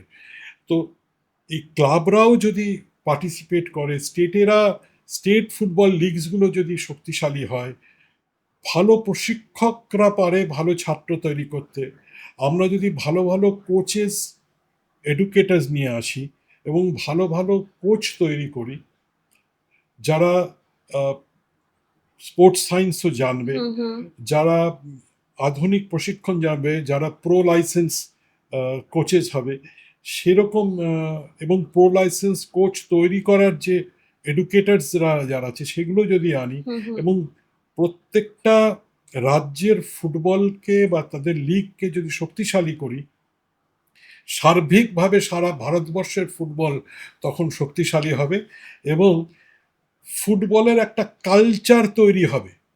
সারা ভারতবর্ষে ফুটবলের একটা কালচার তৈরি হবে এবং সেটা তৈরি হচ্ছে দেখলে কমার্শিয়ালাইজেশনটা খুব সহজ হবে। রাইট। পরিকাঠামোটা যদি ফুটবলের আহ, দর্শক স্বাচ্ছন্দ্য দেখে, যদি দর্শকরা স্টেডিয়ামে গিয়ে খেলা দেখতে ভালোবাসে, যে কমফোর্টেবল সিটিং, মানে ভালো টয়লেট ফ্যাসিলিটিস, জল খাওয়ার পরিবেশ, খাবার খেয়ে ফ্যামিলি নিয়ে এনজয় করার পরিবেশ ফুটবলটা, তাহলে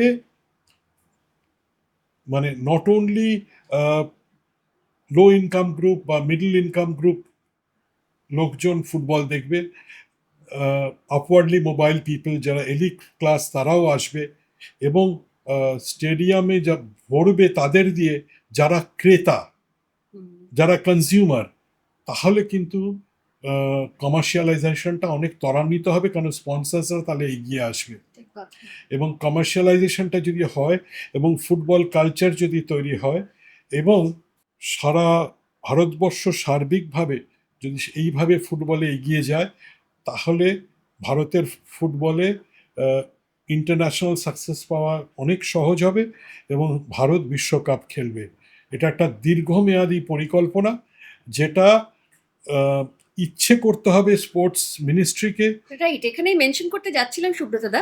যেটা ইচ্ছে করতে হবে। কিছুদিন আগে কথা বলেছিলাম, হ্যাঁ, এই পডকাস্টেই মিস্টার ইন্দ্রনীল খান তিনি খানকে, এসেছিলেন। Very educated person, very sports loving person. একদম। ইনফ্যাক্ট এই কদিনের মধ্যেই ওনার কার্যকলাপ দেখে I have started অ্যাডমায়ারিং him. Owner True. দ্বারা হবে। এবং উনি সেটাই বলছিলেন যে আমরা তো ওয়ার্ল্ড কাপে ব্রাজিল, আর্জেন্টিনা এদের জন্য চেয়ার আপ করি, এমন একটা দিন আমরা দেখতে চাই যখন আমরা ভারতের জন্য করব। তার জন্য এরকম একটা পরিকল্পনা যদি ভারত এই বাংলা থেকেই শুরু করতে পারি, হুম হুম। কারণ আমরা জানি what Bengal things today India things tomorrow. তো সুতরাং বাংলা থেকে যদি আমরা শুরু করতে পারি, অ্যান্ড সেখানে যদি ডক্টর ইন্দ্রনীল খান নেতৃত্ব দেন, নাথিং লাইক ইট। আমার কোনো পজিশন দরকার নেই, কোনো পোস্ট দরকার নেই, কিছু দরকার নেই, অ্যাজ আ ভলেন্টিয়ার আমি কাজ করব। কিন্তু কারণ আমার তাতে স্বপ্ন পূরণ হবে সারা জীবনের। এবং হয়তো আমরা পারবো একদিন ভারতবর্ষকে বিশ্বকাপে খেলতে দেখতে। এবং Right. এখন 48টা দেশ খেলছে, এটা যদি 64টা হয়, আহ, ভারতবর্ষ হয়তো আহ, একদিন থাকবে। একদিন থাকবে, এবং সেদিন হয়তো দূরে নয়। এবং সেই আন্দোলনটা, সেই রেভলিউশনটা বেঙ্গল থেকে স্টার্ট করতে হবে, সারা ভারতবর্ষে ছড়িয়ে পড়বে। এবং তাহলেই সেই ফুটবল কালচার এবং সেই উইলিংনেস তৈরি হবে, সেই কঠোর পরিশ্রম সবাই মিলে করব, হাতে হাত মিলিয়ে, কাঁধে কাঁধ মিলিয়ে। যদি এটা সারা ভারতবর্ষ করে, তাহলে ভারতবর্ষ বিশ্বকাপে আর্জেন্টিনার সাথে, ব্রাজিলের সাথে খেলতে পারবে। রাইট।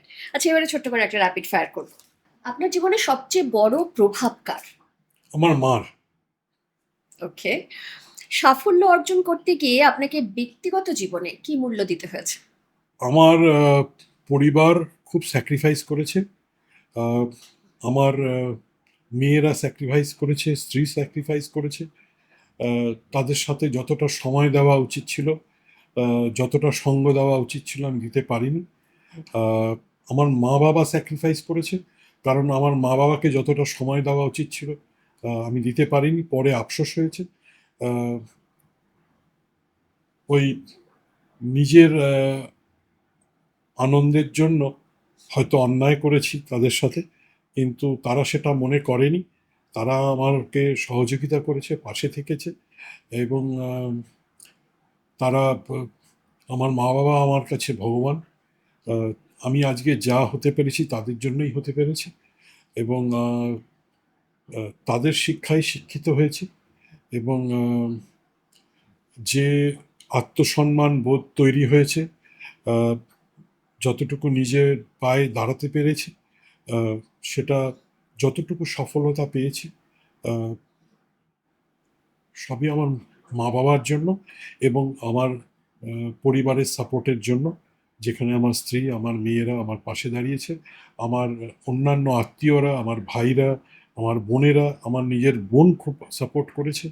এবং অন্যান্য আমার যারা পরিবারের আত্মীয় স্বজন আছে, তারা আমার পাশে থেকেছে। আমার বোনেরা, আমার ভাইরা, আমার দাদারা, প্রত্যেকে আমাকে সত্যি সহযোগিতা করেছে, সহায়তা করেছে।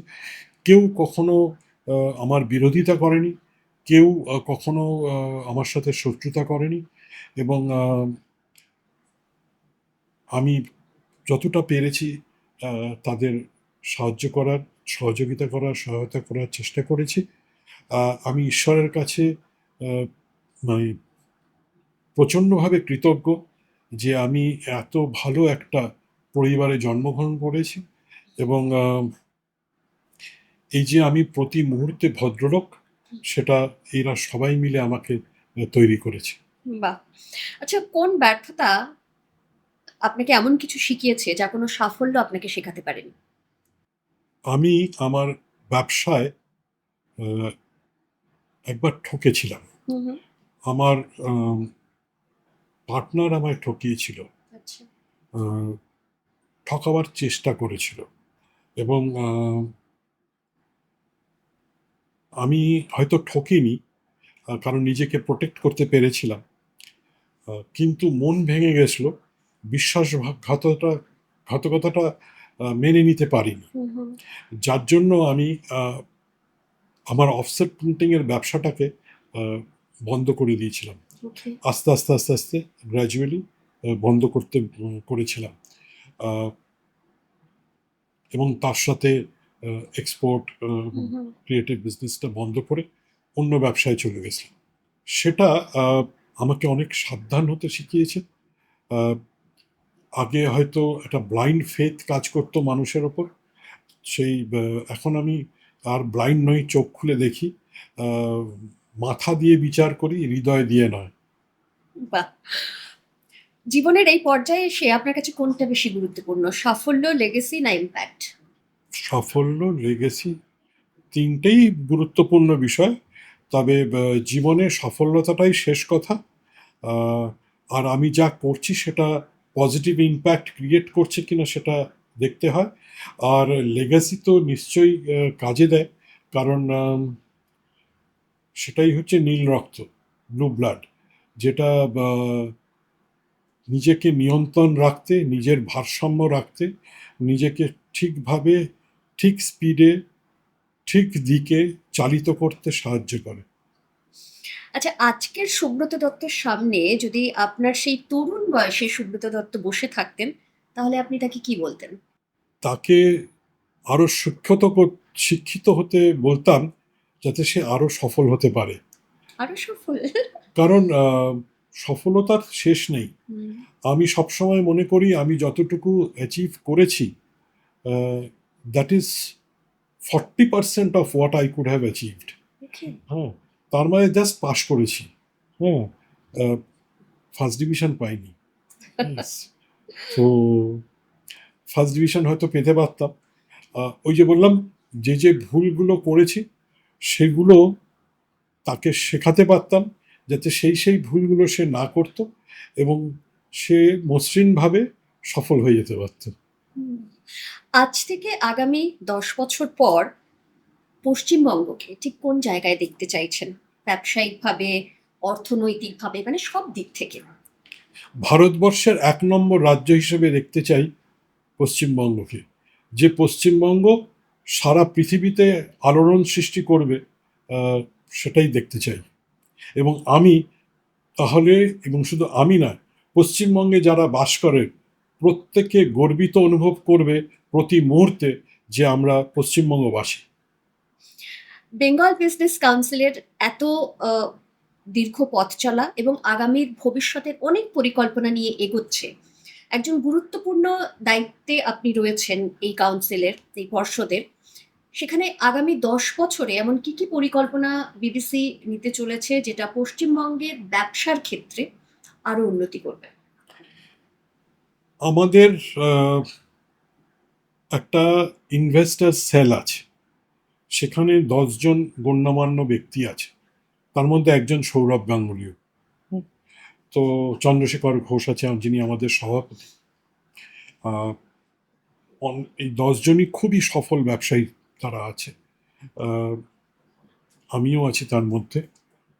এছাড়া আরও, হুম হুম। তাদের 10 জনেরই নাম করতে হয়, বাট তারা প্রত্যেকেই সমাজের খুব গণ্যমান্য ব্যক্তি। আহ, আমরা যারা ছোট ব্যবসায়ী, যারা স্টার্ট আপস, তাদের সাহায্য করছি যাতে তারা গ্রো করে, তারা সফল হয় সব রকমভাবে। এছাড়া আমাদের সহযোগিতার হাত বলে একটা সেল আছে, হুম হুম। যার কর্ণধার আমি, আমার আন্ডারে। এই বেঙ্গল বিজনেস কাউন্সিলের সব মেম্বারদের যার যা প্রয়োজন বা যার যেটা অসুবিধে, তারা এই সহযোগিতার হাতে জানায়, তারা আমার কাছে আসে। আমরা এই সহযোগিতা হাতের যে সেলের যারা মেম্বার, আমাদের মিটিং হয়। তাদের আমরা ওই যার অসুবিধা তার বক্তব্য শুনে তাদের সেই সমস্যার সমাধান করি, এবং সেটা ব্যবসায়িক হতে পারে, ব্যক্তিগত হতে পারে। হুম। যে কোনো সমস্যা, আরেক ব্যবসায়ীর সাথে সমস্যা হচ্ছে, সেই সমস্যাটাও আমরা মেটাবার চেষ্টা করি এবং মিটিয়েও দিই অনেক সময়। তো এইভাবেও আমরা কাজ করছি। এছাড়া আমরা চাই যে পশ্চিমবঙ্গের যত বাঙালি ব্যবসায়ী আছে তাদের অগ্রগতিটা ত্বরান্বিত হোক, ছোটরা আরো বড় হোক, বড়রা আরো বড় হোক। হ্যাঁ, তো এইভাবেই সবাইকে আমরা গড়ে তুলতে চাই। আমরা নিজেদের মধ্যে ব্যবসা করি।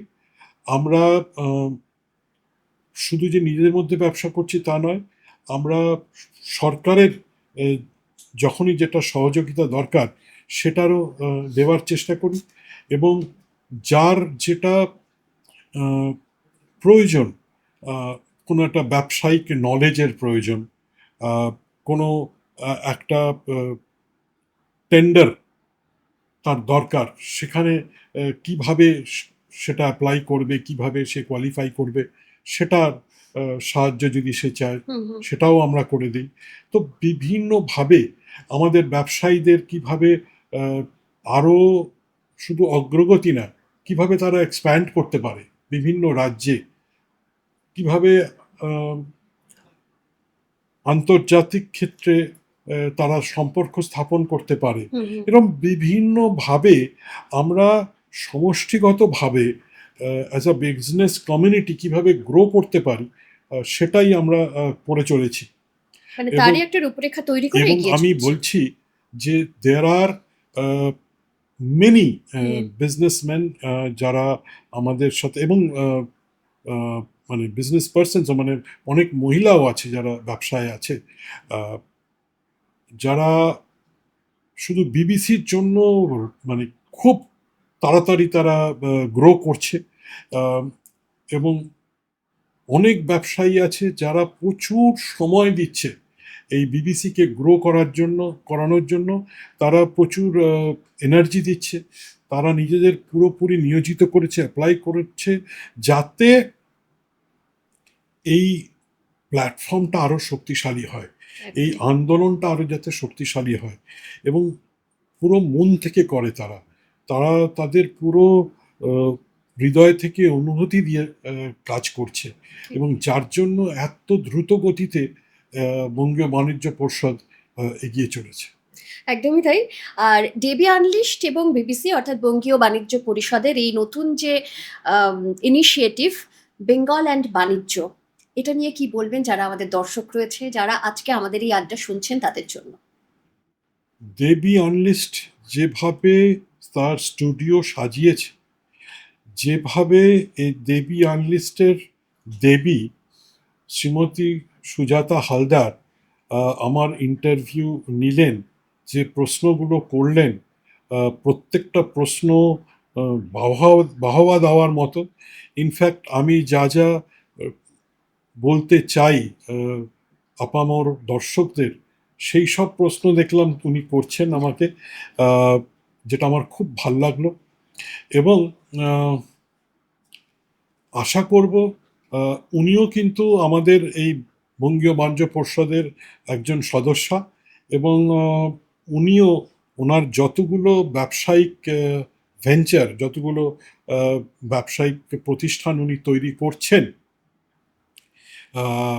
সেগুলো সুসংগঠিত করার জন্য বঙ্গীয় বাণিজ্য পর্ষদের যা যা সাহায্য, সহযোগিতা, সহায়তা দরকার, বঙ্গীয় বাণিজ্য পর্ষদ নিশ্চয়ই দেবেন, এবং উনিও কন্ট্রিবিউট করবেন যাতে এই সংস্থা এবং এই সংস্থার সাথে যারা ওতপ্রোতভাবে জড়িত, যারা একের উপরে উভয়ের পরিপূরক, কারণ আমরা মনে করি যে প্রত্যেকটা সদস্য আরেকটা সদস্যের পরিপূরক। তো সুতরাং আমরা সবাই মিলে এগিয়ে যাব দ্রুত গতিতে। আমরা সবাই রাজা আমাদের এই রাজার রাজত্বে। ঠিক কথা। খুব ভালো থাকুন সুব্রত দা। আবার দেখা হবে, দেখা তো হবেই, কাজের সূত্রে হবে, এমনিতে বিভিন্ন অনুষ্ঠানে দেখা হয়ে যায়। খুব ভালো থাকুন, এভাবেই থাকুন। আর সুব্রত দা দারুণ কথা বলেন, গল্প অনেক শোনা হলো না, কারণ আপনার ঝুলিতে অনেক গল্প আছে। সেই জর্জ টেলিগ্রাফ ছোটবেলা থেকে দেখা, এবং এই 2026 এতগুলো বছরের গল্প তো 1 ঘন্টা 2 ঘন্টায় শেষ হওয়ার নয়। তো সেই গল্প আরও একদিন শুনবো, এবং খুব ভালো থাকবেন। আমরা জর্জ টেলিগ্রাফ, আপনার সব উদ্যোগ, যে সংস্থার সঙ্গে আপনি জড়িয়ে রয়েছেন, তার শুভেচ্ছা যেমন কামনা করছি, এবং বিবিসি অর্থাৎ বেঙ্গল বিজনেস কাউন্সিল যে প্রয়াস নিয়ে, যে পরিকল্পনা নিয়ে এগিয়ে চলেছে, তারও সাফল্য আমরা সকলে মিলে কামনা করছি। খুব ভালো থাকবেন। আপনারাও ভালো থাকবেন। আপনার এই উদ্যোগের সফলতা কামনা করি, এবং আপনার জীবনেও সফলতা কামনা করছি। থ্যাংক ইউ সুব্রত দা, অনেক অনেক শুভেচ্ছা। Thank you so much. আপনার জন্য ছোট্ট একটা গিফট হ্যাম্পার, বাঞ্ছাগামের তরফ থেকে ছোট্ট একটা গিফট হ্যাম্পার।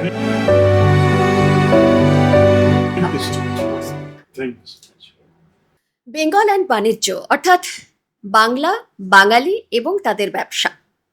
বাঙালি তারা কিন্তু ব্যবসা করতে জানে। সেই স্বাধীনতার সময় থেকে বা তার পূর্ববর্তী সময় থেকে তার পরবর্তী সময়েও বাঙালি ব্যবসা করে দেখিয়ে দিয়েছে যে কিভাবে এগিয়ে নিয়ে যাওয়া যায় এ রাজ্যকে। এবং যদি আমরা ছোট্ট করে বলি যে এই যে নতুন সরকার, তারা দায়িত্ব পাওয়ার পর থেকে এখনো পর্যন্ত যে ভূমিকা তারা বাণিজ্য অগ্রগতির ক্ষেত্রে পালন করেছেন, তা এক কথায় কিন্তু প্রশংসার দাবি রাখে। আর সেই লক্ষ্যেই বাঙালি এবং তাদের ব্যবসা কিন্তু এগিয়ে চলেছে। আর আমাদের এই প্ল্যাটফর্ম অর্থাৎ বেঙ্গল অ্যান্ড বাণিজ্যের একমাত্র উদ্দেশ্য সেই সমস্ত মানুষদের এই আড্ডায় আনা, যাদের কথা, যাদের গল্প খানিকটা হলেও অনুপ্রাণিত করবে আগামী প্রজন্মের তরুণ ব্যবসায়ীদের। আর আজকে যার সঙ্গে আড্ডা দিলাম, তার ভাণ্ডারে তো অসংখ্য গল্প রয়েছে। কিছু গল্প, কিছু কথা, তার জার্নি সবটাই শুনলাম। এবং আমার তো মনে হয় যারা খুব মন দিয়ে আজকের এই আলোচনা বা আজকের এই আড্ডা শুনলেন, তারা কোনো না কোনোভাবে উপকৃত হবেনই বাণিজ্যের ক্ষেত্রে, ব্যবসার ক্ষেত্রে। প্লিজ আমাদের সঙ্গে থাকবেন। আগামী দিনে এরকম বহু মানুষ আসতে চলেছেন আমাদের এই আড্ডায়। এবং আপনাদের এই আড্ডা কেমন লাগছে জানাতে ভুলবেন না। কমেন্ট সেকশনে আপনাদের মতামত জানাবেন। এছাড়া আমাদের সাবস্ক্রাইব করবেন, লাইক বাটন তো রয়েছে, হাইপ বাটন প্রেস করতেও কিন্তু ভুলবে না। খুব ভালো থাকবেন, সঙ্গে থাকবেন।